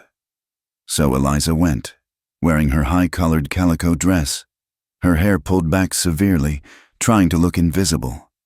She sat in the very last pew, her hands folded white-knuckled in her lap. The air in the small white chapel smelled of damp wool, beeswax, and judgment. The preacher, a thin man with eyes like burnt coal named Reverend Thomas, stood behind the pulpit. He did not look directly at Eliza, but his voice seemed to find her in the crowded room, seeking her out like a heat-seeking wind. "We speak of forgiveness," the Reverend thundered, his hand slamming down on the good book. We speak of mercy, but let us not be deceived by false repentance. There are those who walk among us in sheep's clothing, seeking to hide the wolves of their past. They bring the stain of the world into our godly homes. Eliza stared at the back of the bonnet of the woman in front of her. She felt the heat rising in her neck, a burning flush of humiliation that no amount of prayer could cool. "The Bible tells us that the wicked shall not prosper," the Reverend shouted. "You cannot wash away the sins of the flesh with a little water and a change of address. The Lord sees. The Lord knows what is done in the dark corners of the night." The congregation shifted in their seats, heads turned slightly. Whispers hissed through the room like steam escaping a valve. Eliza felt hundreds of eyes boring into her skin, stripping away her dress, her dignity, her attempt at a new life. She sat with her spine rigid, refusing to cry, refusing to run, though every instinct screamed at her to bolt for the door. When the service ended, the exit was a gauntlet.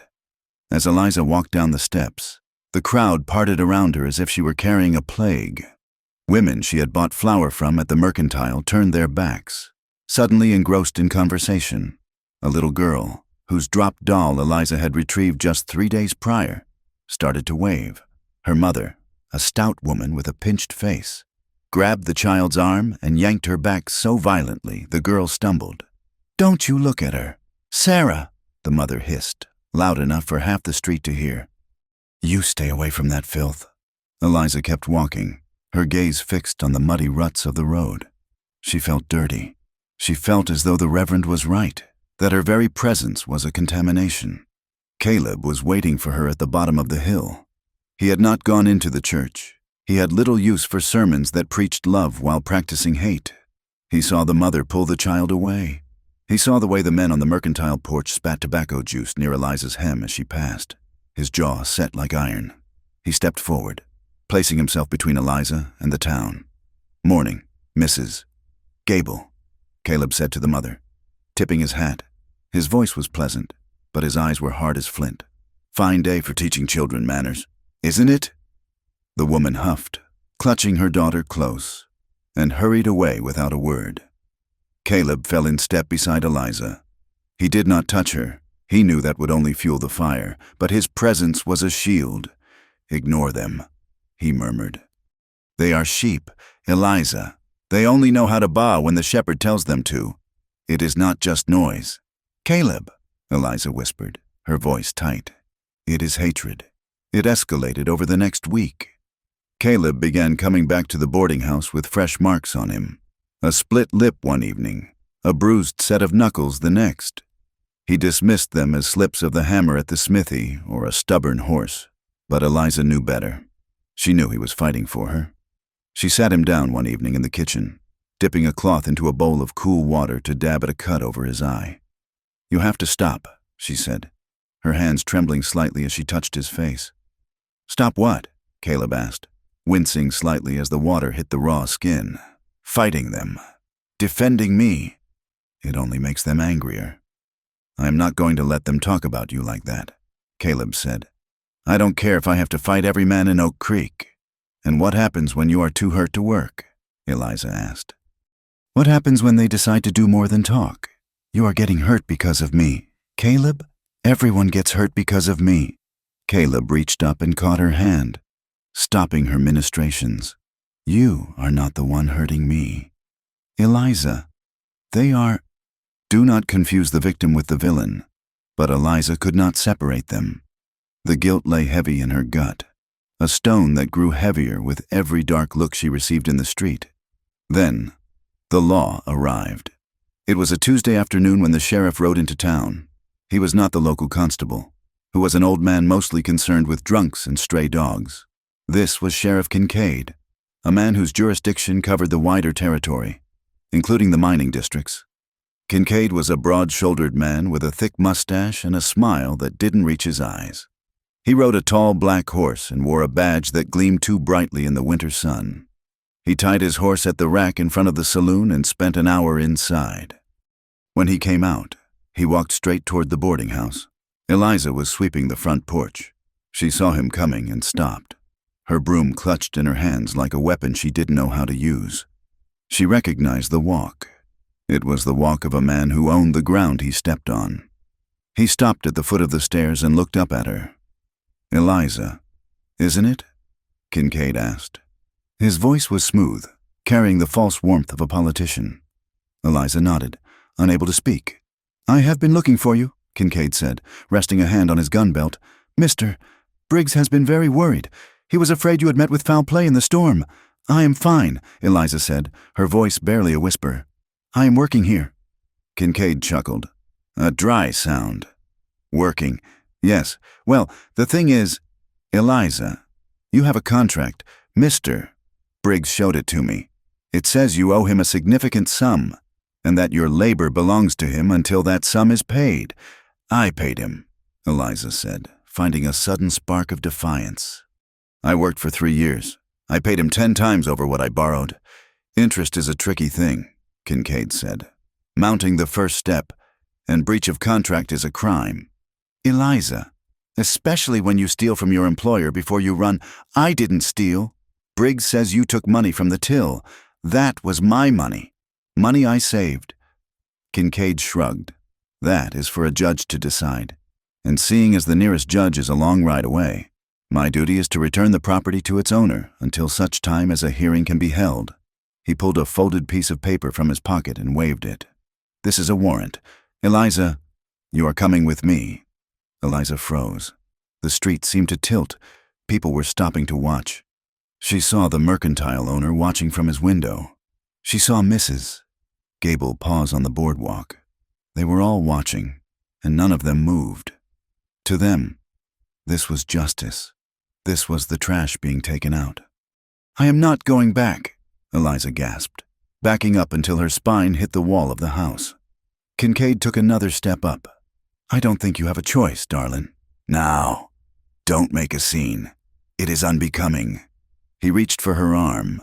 Suddenly, a figure vaulted over the porch railing from the side yard. Caleb landed between Eliza and the sheriff, his boots thudding heavy on the planks. He was dusty from the smithy, his face streaked with soot, his eyes blazing. "Back off, Kincaid," Caleb snarled. Kincaid stopped, his hand hovering in the air. He looked Caleb up and down, noting the limp, the scar, the tension in the cowboy's frame. "Well now," Kincaid drawled, "you must be the boyfriend, the one causing all the trouble." "She is not property," Caleb said, his voice low and dangerous. "You cannot own a person. That war was fought and finished 20 years ago. Contracts are binding." "Son," Kincaid said, his smile fading into a flat line, "and obstructing a lawman is a felony. Step aside." "She is not going with you," Caleb said. He didn't move. He stood like a boulder in a stream, immovable. Kincaid's hand dropped to the butt of his pistol. "You plan on fighting the law by yourself. Cowboy, you think these fine folks are going to help you?" He gestured to the street. The townspeople watched in silence. No one stepped forward. No one spoke up. Caleb didn't look at them. He kept his eyes on Kincaid. "I don't need them. I'm telling you, you are not touching her." The tension stretched, thin and humming like a wire about to snap. Kincaid was calculating. He could shoot Caleb. He could claim self-defense, but shooting a man in broad daylight on a porch with witnesses was messy, even for him. The front door opened. Mrs. Harper stepped out. She was pale, wiping her hands on her apron, but she stepped out. "Sheriff, Mrs. Harper said, her voice shaking but audible. "Eliza is in my employ. She is working off her room and board. If you take her, you are leaving me without help in the middle of the season." Kincaid looked at Mrs. Harper. He tipped his hat, mocking her. "Mrs. Harper, is it? I would be careful.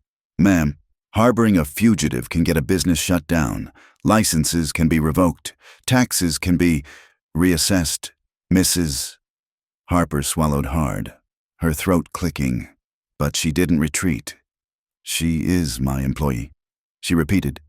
Kincaid looked from Caleb to Mrs. Harper, then back to Eliza, who was pressed against the wall. Trembling, he smiled, a cold, shark-like expression. "All right," he said, lowering his hand from his gun. I'm a reasonable man. I will give you a day to get your affairs in order, Mrs. Harper. But the law is the law. That girl is going back to Granite Peak. He pointed a gloved finger at Caleb. And you? Watch your step, boy. I don't like heroes. They tend to die young. Kincaid turned and walked back down the stairs, mounting his horse with practiced ease. He rode slowly down the street, owning the silence he left behind. That night, the boarding house was quiet as a tomb. The wind rattled the panes, sounding like fingers tapping, asking to come in. Eliza sat at the kitchen table, her hands wrapped around a cup of cold tea. Mrs. Harper sat opposite her. The older woman looked aged 10 years since the morning. I cannot protect you. Eliza, Mrs. Harper said. Her voice was not unkind, but it was heavy with defeat. I know, Eliza whispered. He is going to come back. Mrs. Harper continued. He is a friend of Briggs. Men like that. They control everything. The water rights, the freight contracts, the law. If I stand in his way, he will burn me down. I have worked 30 years for this house. It is all I have. Eliza looked up. Mrs. Harper's eyes were wet. It was the first time Eliza had seen the woman cry. You don't have to apologize. Mrs. Harper, Eliza said, you stood up for me today. No one else did. Mrs. Harper reached across the table and squeezed Eliza's hand. You need to leave, child. Tonight, if you are here when he comes back, where will I go? Eliza asked, the despair crashing over her. He will have men watching the roads. I don't know, Mrs. Harper admitted, but you cannot stay here. You are good. Eliza, you deserve better than this. But I am just an old woman. I cannot fight an army. Eliza nodded. She understood. Survival was a cruel master. She went to her pantry room. She didn't pack. She just sat on the edge of her cot, staring at the wall. The guilt was a physical weight in her chest. Mrs. Harper was terrified. The boarding house was in danger. Caleb was marking himself for death. Every person who showed her kindness was punished for it. She was the poison. The door opened softly. It was Caleb. He came in and sat beside her on the narrow cot. He didn't ask if she was all right. He knew she wasn't. We are leaving, he said. What? Tonight, Caleb said. I have the horses ready. We will cut west into the high passes. Kincaid won't follow us there in winter. It is too rough. Caleb, we cannot, Eliza said, turning to him. You heard him. He will hunt us. He will hurt Mrs. Harper just to spite us. Let him try, Caleb said, his eyes dark. You cannot fight the whole world. Caleb, Eliza cried, her voice cracking. Look at you. You are limping. Your hands are cut. You are going to get yourself killed for a woman the whole town thinks is trash. I don't care what the town thinks. Caleb grabbed her shoulders. I care about you. Why? Eliza sobbed. Why do you care? I am nothing but trouble. I am a millstone around your neck. You should have left me in the snow. Don't you ever say that, Caleb said fiercely. He pulled her into him, holding her tight. You are the best thing I have found in years, Eliza. You are the only thing that makes sense. Eliza clung to him, smelling the leather and soap on his skin. She wanted to believe him. She wanted to run away with him into the mountains and live in a cabin and never see another human soul. But she knew Kincaid. She knew Briggs. They wouldn't stop. They would burn Mrs. Harper's house. They would hunt Caleb down and hang him for a horse thief or a murderer. And they would laugh while they did it. If she went with him, she was signing his death warrant. We will figure it out, Caleb whispered into her hair. You get some sleep. I will keep watch. He kissed her forehead and left the room to stand guard on the porch. Eliza sat in the dark, the tears drying on her cheeks, her heart breaking into jagged shards. The trap sprung the next morning. Caleb had gone to the saloon to buy supplies for their flight, whiskey for medicine, matches, tobacco.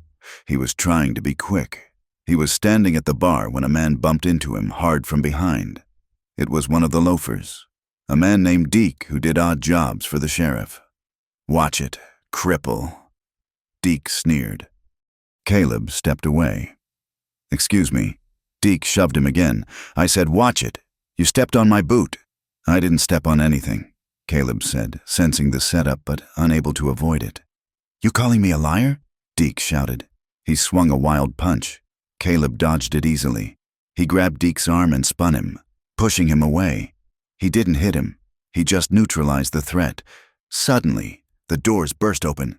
Kincaid was there, gun drawn, as if he had been waiting on the boardwalk for a cue. "That is enough!" Kincaid roared. He walked in, looking at Deke, who was sprawling on the floor, feigning agony.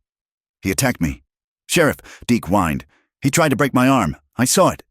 Kincaid lied smoothly. "Unprovoked assault, and resisting a peaceful citizen." He turned the gun on Caleb. "Put your hands up. Cowboy, it is a setup." "Kincaid," Caleb said, his voice cold. "And you know it. Doesn't matter what I know." Kincaid smiled. "Matters what the judge hears. Assault, disturbing the peace, public intoxication. I can keep you in a cell for 6 months before a circuit judge even rides through here." 2 deputies moved in from the back room, grabbing Caleb's arms. Caleb struggled, rage flaring. But with a gun in his face and 2 men holding him, he was powerless. They dragged him out of the saloon and across the street to the small brick jailhouse. News traveled fast. Eliza was in the kitchen when a boy ran past the window, shouting that the sheriff had arrested the cowboy. Eliza's blood ran cold. She ran out the front door, just in time to see the heavy iron door of the jail slam shut. She ran to the barred window on the side of the jailhouse. "Caleb, Eliza, go back!" Caleb's voice came from the dark cell. "Go back to Mrs. Harper's!" Kincaid stepped around the corner of the building, picking his teeth with a splinter of wood. Now, he clucked. "No visiting hours yet." "Let him go!" Eliza screamed, rushing at him. "He didn't do anything." Kincaid caught her wrist easily, twisting it just enough to hurt. He pulled her close, the smell of stale tobacco and bay rum overwhelming her. "He is in a lot of trouble." "Eliza," Kincaid said, his voice dropping to a whisper. "Assaulting a local? That is serious. And with his reputation, well, accidents happen in jail. Men hang themselves. Men fall downstairs." Eliza stopped struggling, terror seizing her throat. "What do you want?" "I want what is rightfully Mr. Briggs's," Kincaid said. He leaned closer. "Here's the deal. You come with me, quietly. No fighting. You come back to Granite Peak and fulfill your contract. And Caleb?" Kincaid shrugged. "If the property is returned, I see no reason to hold a grudge. I will drop the charges. He walks free.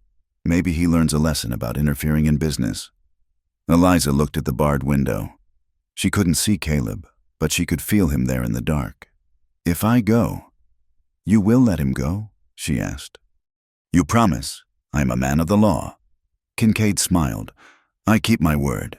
But if you run, if you fight, he stays in there. And maybe he doesn't come out walking." Eliza looked at the town, the gray sky, the people watching from the windows. She looked at Mrs. Harper's house, which was safe only as long as she wasn't in it.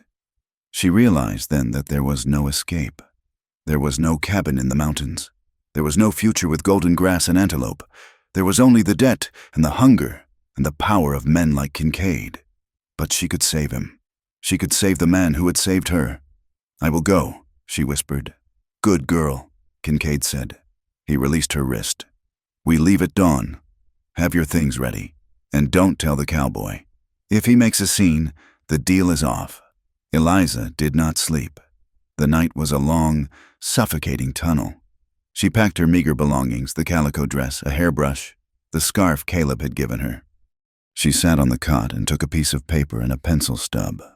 She tried to write. Her hand shook so badly the lead snapped twice. She wanted to tell him everything. She wanted to tell him that she loved him, that his touch was the only thing that had ever made her feel holy. She wanted to tell him that she was doing this for him. But if she told him that, he would come after her. He would die trying to save her. She had to make him let her go. She wrote, "Caleb, I cannot do this anymore. The town is too hard. The shame is too much. I'm going back to where I belong. It is the only way to make things right. Don't come looking for me. Please just live your life." Eliza, it was a lie. It was a cruel, jagged lie, but it was the only shield she had left to give him. She folded the note and placed it on the pillow of her cot. At first light, the sky was the color of a bruise. A covered wagon waited at the end of the street, guarded by two of Kincaid's deputies. Eliza walked out of the boarding house. She didn't look back. If she looked back, she would crumble. She climbed into the back of the wagon. It smelled of canvas and old dust. Kincaid was on his horse. He nodded to her. "Let us ride," he ordered. The wagon lurched forward. The wheels ground over the frozen ruts with a sound like bones breaking.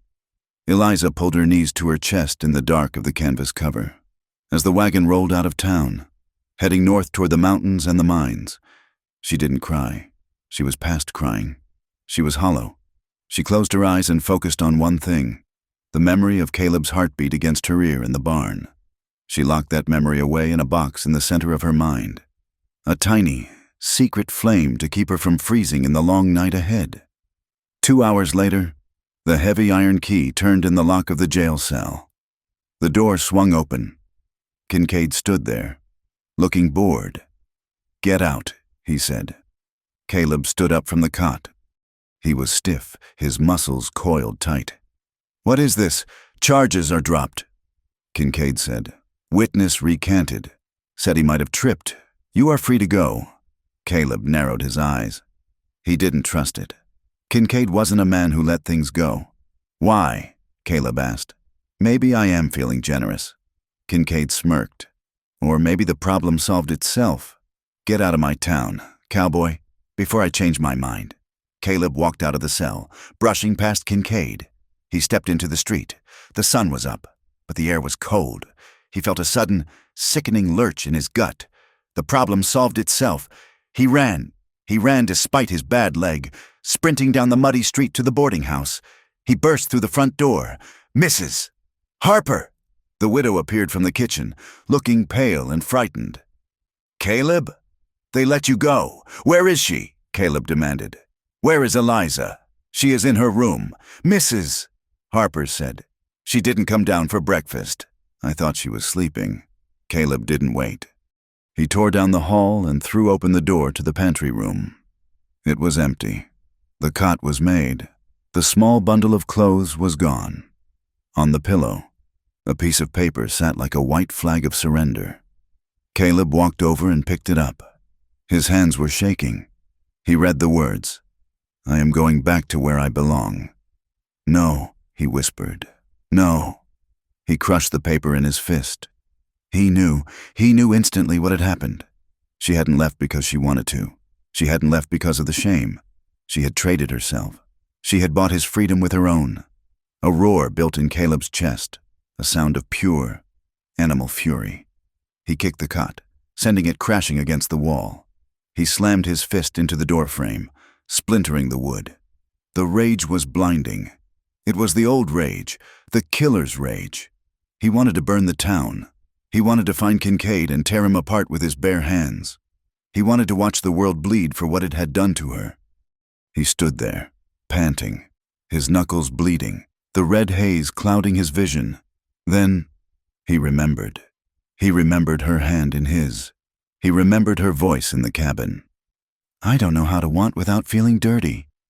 She had sacrificed herself because she thought she was cursed.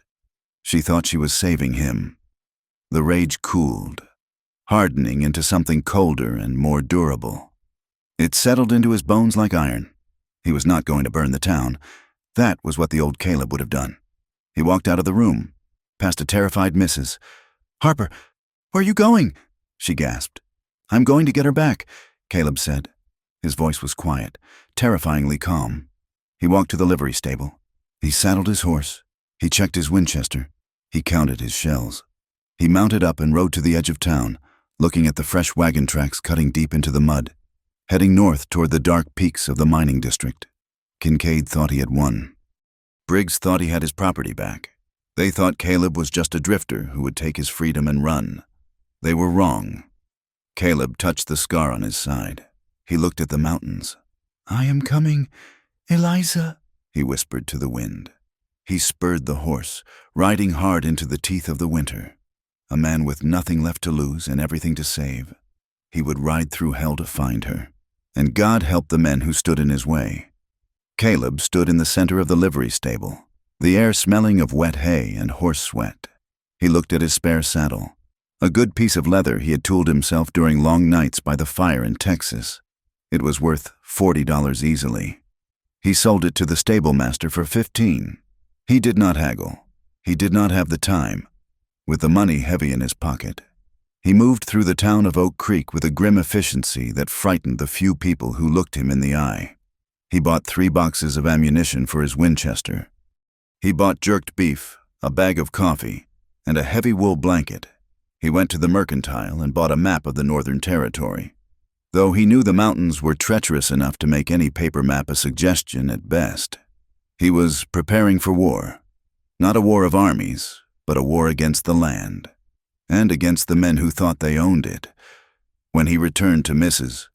Harper's boarding house to collect his bedroll, he found the widow waiting for him on the back porch. She looked small in the gray light, her hands twisted in her apron. "You are going after her?" "Mrs." Harper stated. It was not a question. "I am," Caleb said. He tightened the cinch on his bay gelding, checking the straps with methodical care. "Mrs.?" Harper stepped forward. Her severe face, usually so composed, crumpled slightly.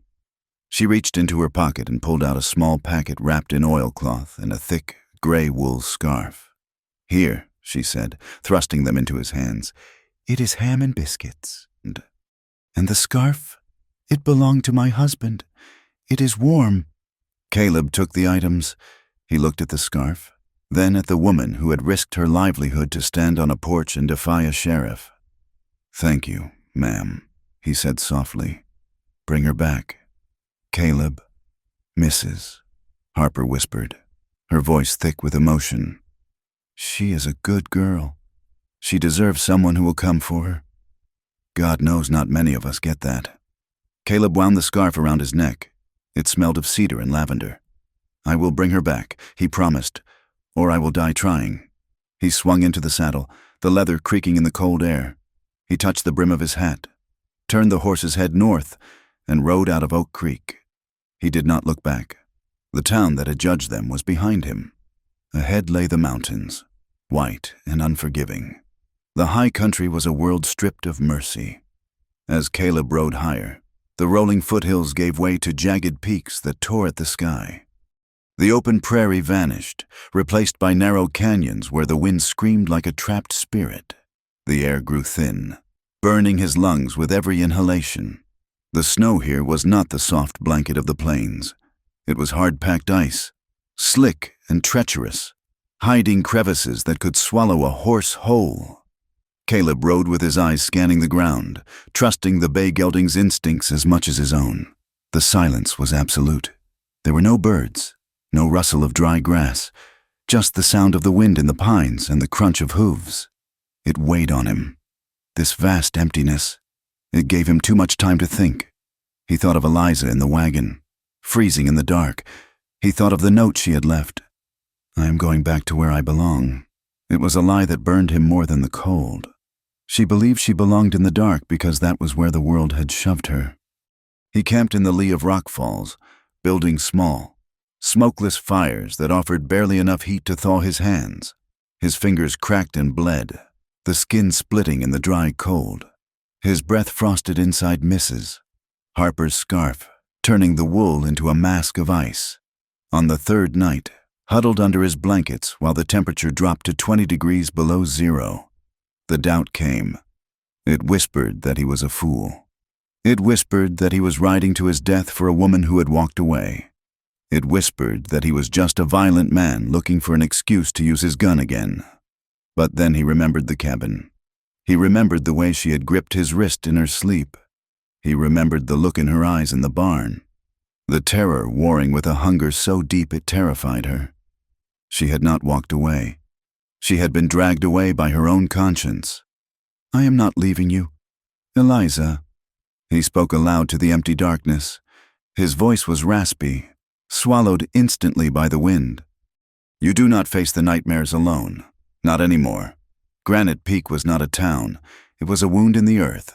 It clung to the side of a steep mountain slope, a chaotic sprawl of canvas tents, rough-hewn shacks, and buildings made of raw lumber that leaked sap in the summer and froze in the winter. The ground was churned into black mud mixed with coal dust and mine tailings. The air stank of sulfur, unwashed bodies, and the acrid smoke of 1,000 coal fires. The wagon carrying Eliza rattled into the main thoroughfare 2 days after leaving Oak Creek. She was stiff, her body bruised from the relentless jolting. She peered out through the gap in the canvas. Men swarmed the streets like ants, miners covered in soot, gamblers in flashy waistcoats, rough-looking men with guns on their hips. There was a frantic, desperate energy here. Everyone was looking for gold, for silver, for a way out, or for a way to forget. The wagon stopped in front of a large, 2-story building with a false front painted a gaudy yellow. A sign hung above the double doors. The Silver Star. "Get out," Kincaid ordered, riding up beside the wagon. Eliza climbed down, her legs shaking as her boots hit the frozen mud. She looked up at the building. It was bigger than the Red Lantern, but it lacked even the thin veneer of civility Briggs's old place had maintained.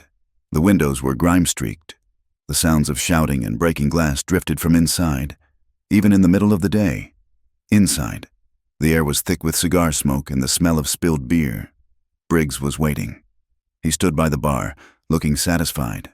He looked Eliza up and down, noting the fatigue in her face, the dullness in her eyes. "Welcome home, Eliza," Briggs sneered. Eliza said nothing. She felt cold, a deep, numbing cold that had nothing to do with the winter. "Take her upstairs," Briggs commanded a large man who worked as the bouncer. "Room 4, and get her cleaned up. She starts tonight. We have lost time to make up for—" Eliza was marched up the stairs. The hallway was narrow and dark. She was shoved into a room that contained a narrow bed, a wash basin, and a single chair. The door opened again a moment later. A woman walked in carrying a pitcher of water. She was thin, her collarbones jutting out sharply against her pale skin. Her hair was dyed a harsh, brassy blonde, and her eyes were rimmed with dark shadows. "Eliza?" the woman whispered. Eliza looked up. "May?" It was May, a girl who had worked at the Red Lantern a year ago before disappearing. Briggs had said she moved on to a city. May set the pitcher down and rushed to hug Eliza. She smelled of cheap perfume and gin. Her body felt frail, like a bird skeleton. "I thought you got out," May whispered, pulling back to look at Eliza. "I heard you ran. I prayed you made it." "I didn't," Eliza said dully. May looked at the door, fear in her eyes. "It is bad here, Eliza, worse than the Lantern. The men, they are angry. They work in the dark all day, and they come here to hurt something." Eliza looked at May's face. There was a bruise on her jaw, poorly covered with powder. Her eyes were hollow, stripped of hope. This was what the nights of hunger did to a woman. They ate her from the inside out until there was nothing left but a shell. "I know," Eliza said. "That first night was a descent into hell." Eliza was forced into a dress that was too tight and pushed into the main saloon. The piano played a frantic, discordant tune. Men grabbed at her as she passed. She served drinks. She dodged hands. She endured the stares that stripped her naked. Every laugh sounded like a threat. Every slammed door sounded like a gunshot. Later, a miner paid for her time. He was rough, smelling of earth and sweat. Eliza dissociated. She stared at the crack in the ceiling, floating above her own body, locking her mind away in the box where she kept the memory of the barn. When it was over, she lay in the dark, shivering. She closed her eyes and summoned him. Caleb. She remembered the weight of his coat around her in the snow.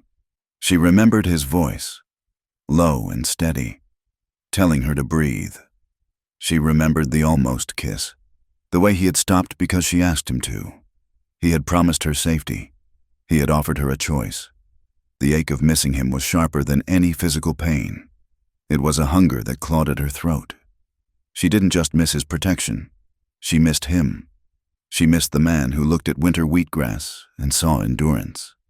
2 nights later, during a lull in the early evening, Eliza sat in the back room with May and 3 other women. They were sewing tears in their dresses, sharing a bottle of stolen whiskey. Eliza told them. She hadn't meant to, but the silence was too heavy. "He found me in the blizzard," Eliza said softly, threading a needle. "He carried me to a cabin. May stopped drinking." "A cowboy?" Eliza nodded. "He built a fire. He warmed my hands. We were snowed in for 4 days. "And?" another woman asked, leaning forward. "What did he do?" "He cooked beans," Eliza said, a faint smile touching her lips for the first time in days. "He fixed the roof. He held my hand when I had nightmares. He didn't take anything?" May asked, skeptical. "No," Eliza said. "He said he wouldn't touch me unless I wanted him to." "And he meant it." May sat back, shaking her head. "He is a fool." She said, "No," Eliza said firmly. "He is a good man. He is a saint." "Then," May corrected, her voice wistful, "I didn't think they made those anymore." The other women were silent. The story hung in the air, glittering like a diamond in a coal chute. It was a dangerous thing. Hope. But hearing it, knowing that a man like Caleb existed, a man who saw a woman as a person, not a thing, planted a seed in the room, it made their reality feel less inevitable. It reminded them that they were human beings who deserved better. 20 miles south of Granite Peak, the trail narrowed into a choke point called Devil's Throat. It was a slash of rock between 2 sheer cliffs, barely wide enough for a wagon. Caleb rode toward it as the sun began to fail. He saw the smoke before he saw the men. 2 riders were camped in the middle of the pass, blocking the way. They were huddled around a fire, rifles propped against a boulder.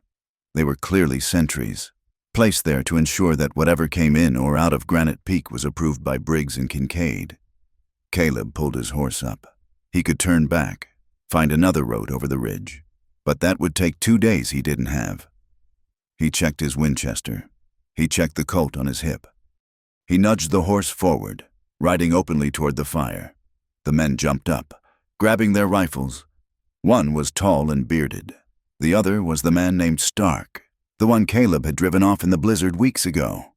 "Well, look who it is," Stark spat, recognizing the rider. "The cripple from Oak Creek." "Hold it right there," the bearded man shouted, leveling his gun. "This is a private road." "It is a public pass," Caleb said calmly, stopping his horse 10 yards away. "Not anymore," Stark sneered. "Briggs said to keep trash out, and you look like trash to me. Turn around." "Stark," Caleb said. "I'm coming through." Stark laughed. "You got lucky in the snow. Cowboy, you ain't got the weather to hide you now." Stark raised his rifle. Caleb moved. He didn't go for the rifle. He drew the Colt from his hip with a speed that blurred the air. He fired twice. The first bullet shattered the stock of the bearded man's rifle, sending splinters into his face. The man screamed, dropping the weapon and clutching his eyes. The second bullet hit Stark in the fleshy part of his thigh. Stark yelled, his leg buckling, and his shot went wide, whistling harmlessly past Caleb's ear. Caleb spurred his horse, closing the distance in 3 strides. He leaped from the saddle, ignoring the jarring pain in his bad leg, and slammed the barrel of his pistol into Stark's temple. Stark crumpled into the snow. The bearded man was on his knees, blinded by blood and wood chips, groping for his gun. "Don't," Caleb warned, cocking the hammer of the Colt. The man froze. Caleb stood over them, his chest heaving, his breath coming in white clouds. He felt a sting in his shoulder. Stark's bullet hadn't missed entirely. It had grazed his deltoid, tearing the coat and the skin beneath. He looked at the 2 men. He could kill them. It would be easy. It would be safe. But he looked at the blood on the snow, and he felt a wave of sickness. He was done with killing for the sake of killing. "Throw your guns over the cliff," Caleb ordered the bearded man. The man obeyed, tossing the rifles and Stark's pistol into the deep ravine. "Tell Briggs I am coming," Caleb said, his voice like grinding stones. "Tell him the debt is canceled." He mounted his horse, gritting his teeth against the throb in his shoulder, and rode through the pass, leaving the men alive in the snow, shivering not just from the cold, but from the look they had seen in his eyes. Caleb reached Granite Peak under the cover of a moonless night. He didn't ride down the main street. He skirted the edge of the camp, guiding his horse into a deep ravine choked with scrub brush. He tied the animal there, covering him with a wool blanket. "Stay quiet," he whispered to the horse. He moved into the town on foot, hugging the shadows of the shacks. He found the silver star easily. It was the loudest, brightest thing in the pit. He crouched behind a pile of crates in the alleyway, watching the back entrance. He studied the layout, the kitchen door, the narrow stairs leading up to a balcony. Suddenly, the back door banged open. A man stumbled out, dragging a woman by her hair. It was May. "Get off me!" May screamed, clawing at his hand. "You took my wallet," the man shouted, drunk and violent. He slapped her hard, knocking her into the mud. "I didn't!" May cried. The man raised his boot to kick her. Caleb's hand went to his gun. The rage spiked, hot and demanding. He wanted to step out and put a bullet in the man's knee, but he stopped himself. If he fired now, the whole town would be on him. Briggs had hired guns everywhere. Kincaid was likely here. If Caleb died in an alley over a fist fight, Eliza would never get out. He watched, his heart hammering against his ribs, as another bouncer came out and pulled the drunk man away. Not to save May, but to stop the noise. May crawled back inside, sobbing. Caleb exhaled, his hands shaking. He needed help. He couldn't do this alone. He slipped away from the brothel, moving toward the rows of miners' tents. He needed to find the people who hated Briggs as much as he did. He found the camp doctor first. Doctor. Aris was a man with gray skin and whiskey-stained sleeves, working in a canvas tent by lantern light. Caleb stepped in from the dark. "I am not looking for drugs," Caleb said as the doctor jumped. "Doctor," Aris looked at Caleb's bleeding shoulder. "You look like you need a suture. I need information," Caleb said, "about Briggs and Kincaid." The doctor laughed bitterly. "Everyone knows about them. Knowing doesn't stop them." "I plan to stop them," Caleb said. He sat while the doctor cleaned the graze on his shoulder. He spoke plainly. He told the doctor about Eliza. He told him about the contract fraud. The doctor listened, his eyes weary. "I have ledgers," he admitted quietly. "I patch up the girls. I write down who did it. Briggs pays Kincaid to ignore the reports. I have dates, names, payments. Will you testify?" Caleb asked. "To who?" "The sheriff is on the payroll." "To a circuit judge," Caleb said. "I heard one is riding toward Leadville. We intercept him. We bring him here." The doctor hesitated, then nodded. "I am tired of sewing up women. Son, I will do it." They found one more ally, a miner named Silas, a giant of a man with hands like shovels. Silas had lost his wife a year ago. She had been working as a laundress for the brothel and died of pneumonia that looked a lot like a beating. Silas listened to the plan. He sharpened his pickaxe while Caleb spoke. "I will get the boys," Silas rumbled. "The decent ones. We will watch your back." The plan was set for the following day, but the devil doesn't wait for plans. The next evening, Briggs arrived at the Silver Star in a foul mood. The profits were down. The disruption in Oak Creek had cost him money. He stormed into the main saloon. He demanded the girls work harder, drink more with the customers, offer more. The tension in the room was brittle. The miners were rowdy, fueled by payday whiskey. May was serving a table near the front. A large man grabbed her, spilling his drink. He was angry about the stain. He grabbed a heavy glass bottle and swung it. It connected with the side of May's head. She dropped like a stone, blood pooling instantly on the floorboards. The room went silent for a second, then erupted in laughter from the man's friends. That snapped it. Eliza was standing by the piano. She saw May fall. She saw the blood. Something inside her broke. Not the break of a collapse, but the break of chains snapping. "No!" Eliza screamed. She ran across the room. She grabbed a chair and smashed it over the man's back. The wood splintered. The man roared, turning on her. "We are not animals," Eliza shrieked, her voice cutting through the smoke. "You cannot do this. We are human beings." The saloon exploded into chaos. The man lunged for Eliza. Other miners, sensing a brawl, jumped in. Tables overturned. Fists flew. Outside, in the alley. Caleb heard the scream. He heard Eliza's voice. "Now!" he yelled to Silas and the doctor, who were waiting in the shadows. Caleb kicked the back door in. The wood shattered around the lock. He stormed into the kitchen, gun drawn. He burst into the main room. It was a riot. "Eliza!" Caleb roared. His voice cut through the din. Eliza, fighting off a man who was trying to pin her against the bar, looked up. Through the haze of smoke and dust, she saw him. He stood in the doorway, the gray scarf around his neck, his face set in a mask of fierce determination. "Caleb," she breathed. For a moment, the room disappeared. It was just them. Then, Briggs's hired guns saw him.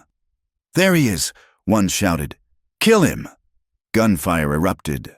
Bullets chewed into the doorframe next to Caleb's head. He returned fire, dropping behind an overturned table. He levered the Winchester with a fluid, deadly rhythm. Bang, click, clack, bang, click, clack. One gunman went down, clutching his leg. Silas and a group of miners surged in through the front doors, wielding pickaxes and shovels, clashing with the bouncers. It was total war. In the center of the room, May stirred. She saw a gunman aiming at Caleb's exposed flank. She grabbed a bottle of high-proof spirits from the floor. With the last of her strength, she hurled it. It hit the gunman's arm just as he fired. His shot went wild, hitting a kerosene lantern hanging above the heavy velvet curtains. The lantern shattered. The oil sprayed. The curtains caught fire instantly. "Fire!" someone screamed. The flames licked up the wall, hungry and fast. The smoke turned black and choking. Caleb stood up, firing to keep the gunmen back. "Eliza, get out! Go to the back door!" Eliza looked at him. She wanted to run to him, but she looked down at May, who was trying to crawl. She looked at the other women, huddled in terror behind the piano. She couldn't leave them. Eliza grabbed May, hauling her up. "Come on," she yelled to the other girls. "Move!" She herded them like a shepherd in a storm, pushing them toward the kitchen, shielding them with her own body. Caleb saw it. He saw her bravery. He covered them, putting rounds into the ceiling and the floor to keep the attackers' heads down. The heat was intense now. The wallpaper was peeling. The liquor behind the bar exploded. "Go!" Caleb shouted. Eliza shoved the last girl through the back door and stumbled out into the alley, dragging May. She fell onto the frozen mud, coughing, her eyes stinging. A second later, Caleb burst through the door, smoke billowing around him like a cape. He dropped his rifle and fell to his knees beside her. "Eliza!" He grabbed her, pulling her into him. His arms went around her hard, crushing the air from her lungs. Eliza clung to him. She buried her face in his chest, sobbing, her hands gripping his coat. I thought you would be better off," she choked out. "I thought I was poison. Caleb." He held her face in his hands, forcing her to look at him. His face was streaked with soot, his eyes wild and wet. "I crossed the mountains. Eliza, I stared down guns. I walked through hell, because I cannot breathe right in a world where you are not free. Do you understand? You are not poison. You are my life." Eliza looked at him. She saw the truth of it written in the lines of his face. She saw the love that had driven him through the snow. "I'm sorry," she wept. "I am so sorry." "Don't be sorry," Caleb said, kissing her forehead, her hair, her soot-stained cheeks. "Just be here, behind them." The roof of the Silver Star groaned, with a sound like a dying beast. It collapsed inward. A pillar of sparks shot up into the night sky, illuminating the canyon. The brothel burned. The velvet curtains, the stained sheets, the ledgers of debt, it all burned. It was a twisted, violent cleansing. Men poured out of the building, coughing and cursing. Briggs stood in the street, screaming at the flames, watching his empire turn to ash. Caleb stood up, pulling Eliza with him. He kept one arm around her waist, his other hand on his gun. He looked at the fire. Then he looked at Eliza. "It is done," he said. "The cage is gone. Eliza watched the flames. She felt the heat on her face, and for the first time in 3 years, she didn't feel the cold. She leaned into Caleb, the man who had come for her, and she let the fire burn the past away. The morning sun rose over Granite Peak, but it brought no warmth. It only served to illuminate the black scar where the silver star had stood. The air was thick with the smell of wet charcoal, sulfur, and the lingering stench of violence.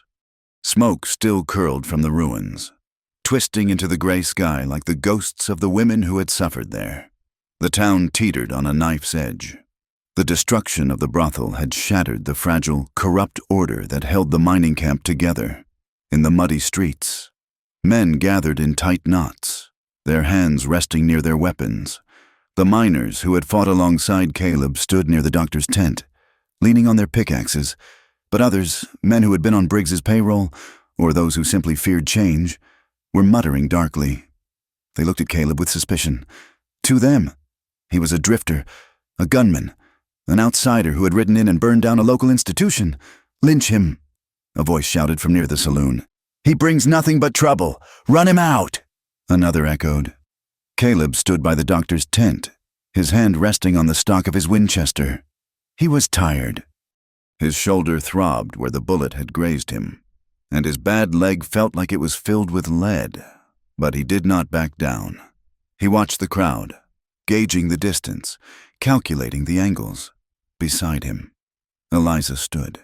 Her face was smudged with soot, her dress torn, but her head was high. She held May's hand, supporting the other woman who was barely standing. Suddenly, "Doctor!" Aris stepped out of the tent. He looked small and gray, but he held a thick, leather-bound ledger in his hands like a shield. "There will be no lynching today," the doctor shouted, his voice cracking but carrying across the silence. "Unless you want to hang the truth along with the man." Silas, the giant miner, stepped up beside the doctor. He rested a heavy sledgehammer on his shoulder. "Anyone who wants to touch the cowboy goes through me," Silas rumbled. "What truth?" a man in the crowd yelled. "That he is an arsonist? The truth about where your money goes." "Doctor," Aris said. He held up the book. "I have kept records, 10 years of records. I know who paid Sheriff Kincaid to look the other way when a girl was beaten. I know who paid Briggs to dispose of the bodies of the ones who didn't survive the winter." A ripple of unease went through the crowd. Men glanced at each other. "Kincaid and Briggs are not businessmen," the doctor continued. "They are butchers, and I have the proof right here." News rippled through the gathered men like wind through dry grass. Judge Halloway was riding the circuit. He was camped only 10 miles down the valley and would be in Granite Peak by noon. The mood shifted. The mob mentality, hot and irrational, cooled into a grim curiosity. The respectable citizens, the merchants, the shift bosses, the men who had turned a blind eye but claimed to fear God, saw a way out. If a judge was coming, let the law handle it. "We wait for the judge," someone shouted. Caleb let out a breath he had been holding. He looked at Eliza. "It is not over," he said quietly. "No," Eliza replied, looking at the ledger in the doctor's hands. "It is just beginning." They waited in the back room of the doctor's tent. The air was close and smelled of iodine. Eliza sat on a crate, her hands trembling in her lap. Caleb crouched beside her. "You know what this means," he said gently. "If we take this to the judge, you have to speak. The ledger is just numbers. You are the voice." Eliza looked at the dirt floor. She felt a wave of nausea. To speak meant to stand up in front of the world and admit what she had been. It meant detailing the shame, the degradation, the things she had tried so hard to forget. "I don't know if I can," she whispered. "You don't have to," Caleb said immediately.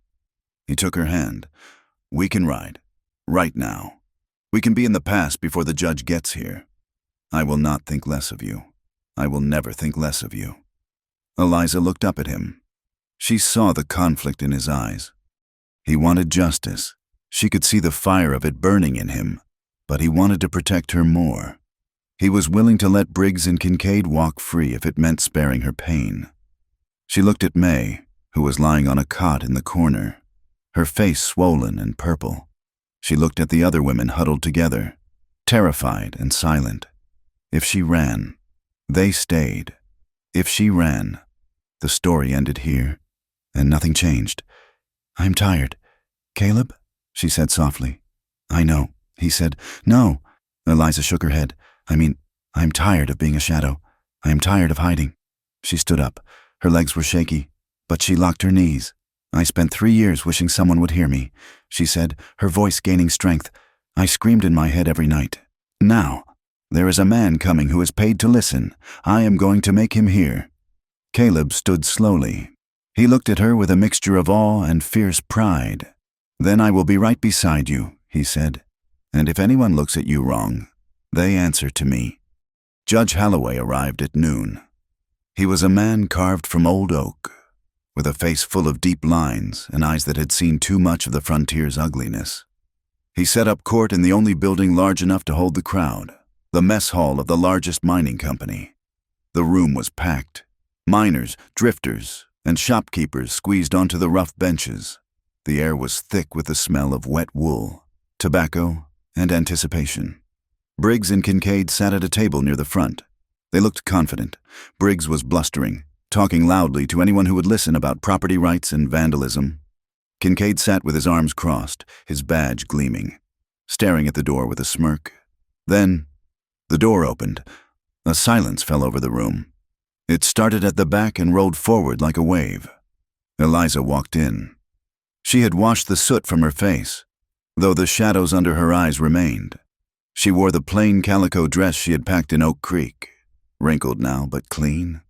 She walked with her head held high, staring straight ahead.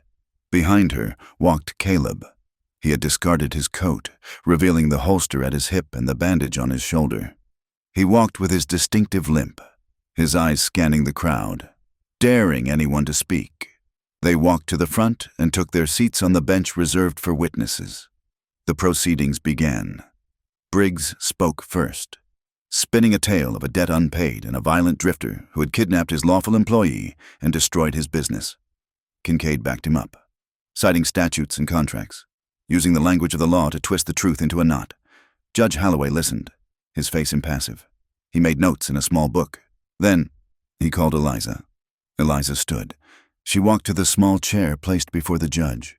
She felt the weight of 300 pairs of eyes on her back. She felt the heat of the shame trying to rise up her neck. "State your name," the judge said. "Eliza," she said. Her voice was a whisper. "Louder, please," the judge said, not unkindly. Eliza took a breath.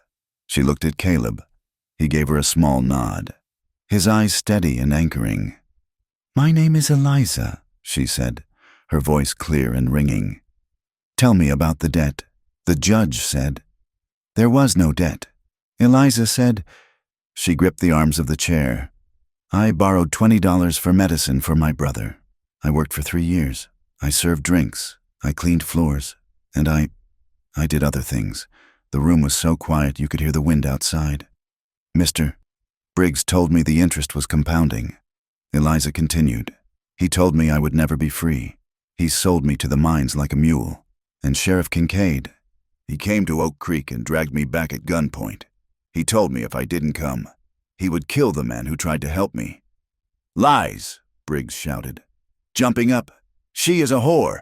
She is lying to save her skin." "Sit down, sir," the judge barked, slamming his hand on the table. Eliza did not flinch. She turned to look at Briggs. "I am a human being," she said, "and you treated me like an animal. You starved us, you beat us, you let men do whatever they wanted because we were only women." May testified next. She had to be helped to the chair. Her testimony was disjointed, broken by sobs, but the physical evidence on her face spoke louder than her words. Other women came forward, whispering stories of sisters who vanished, of beatings in the alley, of Kincaid taking a cut of their earnings every week. The mood in the room shifted. The miners, rough men who lived hard lives, began to look at Briggs with disgust. They had used the brothel. Yes, but to see the machinery of it laid bare, the calculated cruelty, turned their stomachs. Finally, Dr. Aris presented the ledger. Judge Holloway put on a pair of spectacles. He opened the book. He ran a finger down the columns of numbers. He stopped at a page. Sheriff Kincaid, the judge said, his voice ice cold. According to this, you received a payment of $50 on the 14th of last month. The notation says silence regarding the girl found in the creek. Kincaid's face went pale. That is a forgery. He spat. The doctor is a drunk. The judge turned the page. And here, payments for recovery of property. Payments for protection. The judge closed the book. The sound was like a gavel strike. This is not a business. Mr. Briggs, the judge said, this is a slavery ring operating under the guise of commerce. And you, Sheriff, are not a lawman. You are a partner in crime. I will not sit here and listen to this, Briggs yelled. He looked at Kincaid. Do something. Kincaid saw the walls closing in. He saw the angry faces of the miners. He saw the judge reaching for his pen to sign an order. Desperation took over. Kincaid's hand flashed to his holster. I am the law here, Kincaid screamed, drawing his gun. He never leveled it. Caleb was already moving. He had been watching Kincaid's hand since the moment the ledger was opened. He didn't draw his own gun. He knew a shootout in a crowded room would kill bystanders. Instead, Caleb lunged across the short distance, driving his shoulder into Kincaid's midsection. The two men crashed to the floor. The gun skittered across the planks. Kincaid punched Caleb hard in his wounded shoulder, sending a shock of white pain through him. Caleb grunted but didn't let go. He drove a fist into Kincaid's jaw. Once, twice. Silas and 3 other miners jumped the rail. They grabbed Kincaid, pinning him to the floor. Another group grabbed Briggs, who was trying to run for the back door. Order, the judge shouted. Order in this court. Caleb stood up, breathing hard, wiping blood from his lip. He looked down at Kincaid, who was held fast by the miners. It is over. Kincaid, Caleb said. The judge stood. He looked at the chaos, then at the prisoners. Sheriff Kincaid, Mr. Briggs, you are under arrest. You will be transported to Leadville to stand trial for racketeering, kidnapping, and murder. And if I had a gallows outside, I would save the state the cost of the wagon. A cheer went up from the crowd, a roar of grim satisfaction. The judge held up a hand. One more thing. He picked up a piece of paper from his desk. It was a letter, worn and creased. I received this letter yesterday from the Texas Rangers regarding a query about a Mr. Caleb Thorne. The room went quiet again. Caleb stiffened. He looked at the judge. It concerns an incident in the Lincoln County War. The judge said, the shooting of a young man named Billy Carver. Caleb closed his eyes. Here it comes, he thought. The final nail.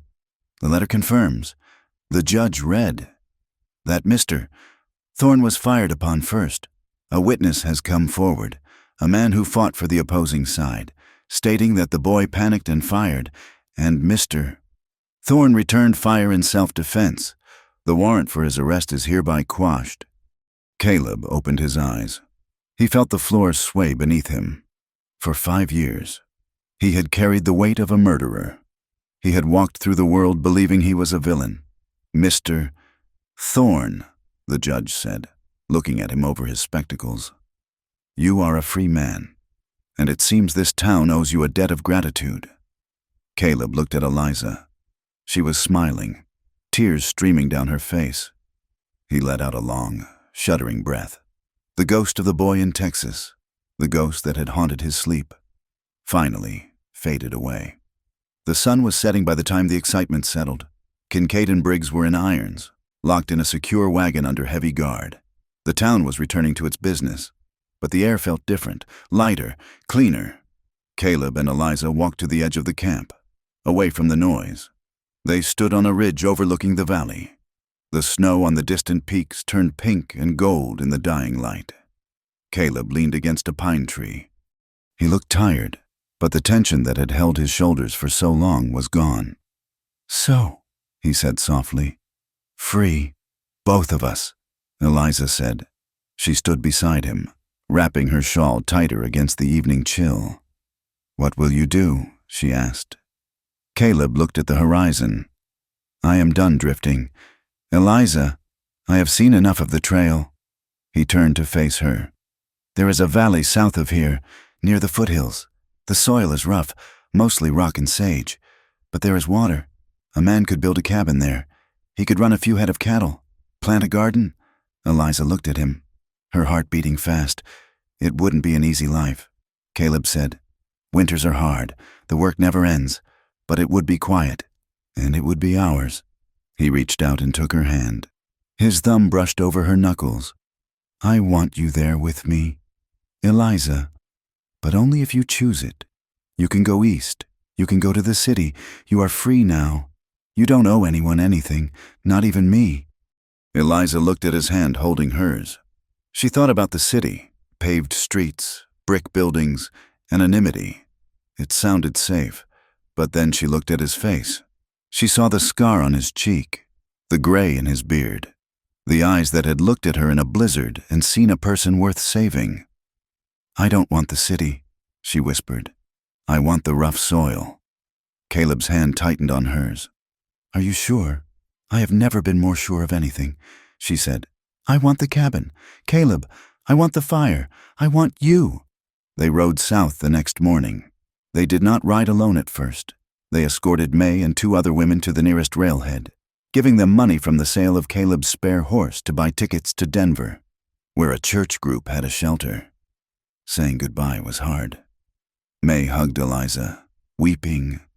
"You made it," May said. "You really made it." "We all made it," Eliza said. When the train pulled away, leaving a trail of steam against the blue sky, it was just Caleb and Eliza. They turned their horses toward the foothills. The journey was slow. They stopped often to let the horses rest, to drink from icy streams, to simply look at the land. The conversations grew longer, deeper. They talked about everything they had held back. Caleb told her about his childhood in Kentucky, about the smell of tobacco barns and rain. Eliza told him about her brother, about the dreams he had, about the way he used to carve wooden birds. They talked about the house they would build. "I want a door with a lock," Eliza said one evening as they camped in a grove of aspen. "You will have a lock," Caleb promised. "But you will have the key, and a window," she said, "facing east, so I can see the sun come up." "Facing east," he agreed. They camped that night beneath a sky that looked like spilled diamonds. The air was cold, but the fire was warm. They laid their bedrolls close together. For weeks, there had been a hesitation, a careful dance around the trauma they both carried. But tonight, under the vast, open sky, something shifted. Eliza lay watching the stars. She felt Caleb beside her. She felt the heat of his body. She realized she wasn't afraid anymore. The fear had burned up in the silver star. What was left was a hunger that was clean and bright. She rolled over. She reached out and touched Caleb's face. He opened his eyes. He didn't move. He let her trace the line of his jaw, the roughness of his scar. "Caleb," she whispered. He looked at her, his eyes dark and questioning. "I'm not broken," she said. "No," he said softly. "You are not." She moved closer, pressing her body against his. She threaded her fingers through his hair. "Make me feel alive," she said. "Please." Caleb pulled her to him. He kissed her, and this time, she didn't pull away. This time, she opened to him. The night was tender and unhurried. There was no urgency, no taking. There was only giving. It was a reclaiming of touch, a rewriting of what it meant to be held. Every caress was a promise kept. When they finally slept, wrapped in each other's arms, the wind blew through the aspen trees, but it sounded like a song, not a warning. 6 months later, the cabin stood on a rise overlooking the valley. It was built of lodgepole pine. The logs fitted tight and chinked with mud and moss. Smoke rose lazily from the stone chimney. It was evening. The sun was sinking behind the jagged peaks to the west, painting the sky in violent shades of orange and purple. Caleb was chopping wood by the side of the house. The rhythmic thwack-thwack of the axe echoed across the valley. He paused, wiping sweat from his brow, and looked at the small garden where green shoots of potatoes and beans were pushing through the rocky soil. A horse and buggy came up the track. It was Mrs. Harper. She came to visit once a month, bringing news from Oak Creek and jars of preserves. The town had changed, slowly. Some people still whispered, but others, seeing the way Caleb and Eliza worked the land, seeing the quiet dignity of their life, had begun to soften. The minister had even stopped by, awkwardly offering a blessing on their harvest. Eliza came out of the cabin. She wore a simple dress, her hair braided back, her face brown from the sun and fuller than it had been. She smiled at Caleb as she went to greet Mrs. Harper. Caleb watched her. He felt a swelling in his chest that was almost painful. It was peace. It was a strange, heavy thing, but he was learning to carry it. Later that night, the wind picked up. It rattled against the sturdy walls of the cabin, a reminder that the West was still wild, still dangerous. But inside, the fire cracked warmly in the hearth. Eliza sat on the rug in front of the fire. Caleb sat behind her, his back against his favorite chair. She leaned back into him, resting her head on his shoulder. His arms came around her, holding her secure. She ran her fingers over the scar on his side, feeling the ridge of old skin through his shirt. She remembered the first time she had seen him in the Red Lantern. She remembered the nights of endless hunger, the feeling that she was hollowing out. That hunger was gone. It had been replaced by the smell of wood smoke, the taste of fresh bread, and the sound of Caleb's breathing. She turned in his arms, looking up at him. The firelight danced in his eyes. "What are you thinking?" he asked softly. "I am thinking about the storm," she said. "The blizzard. That was a long time ago," Caleb said. "I know," she whispered, "but I am glad for it. If I hadn't frozen, I wouldn't have known how warm your hands were." Caleb smiled, the lines around his eyes crinkling. He kissed her, a slow, deep kiss that tasted of the life they had built. "I can't forget your touch," Eliza whispered against his lips. "And you never have to," Caleb answered. He held her tighter as the fire popped and hissed. Outside, the world was vast and cold. But here, in the small circle of light they had carved out of the darkness, they were home. They had survived the worst of men and the worst of nature, and they had chosen, again and again, to stay. And that, Eliza knew as she closed her eyes, was the only victory that mattered. Thank you so much for listening to this story. It has been a journey through the snow, the fire, and the healing of two broken souls in the American West. I hope Caleb and Eliza's story resonated with you. I would love to know where you are listening from today. Please leave a comment below sharing your location and your thoughts on the ending. Did Eliza and Caleb find the peace they deserved? If you enjoyed this tale, please consider subscribing to From Wild West for more stories of romance, survival, and the rugged frontier. Your support means the world. Until next time, keep your fires burning bright.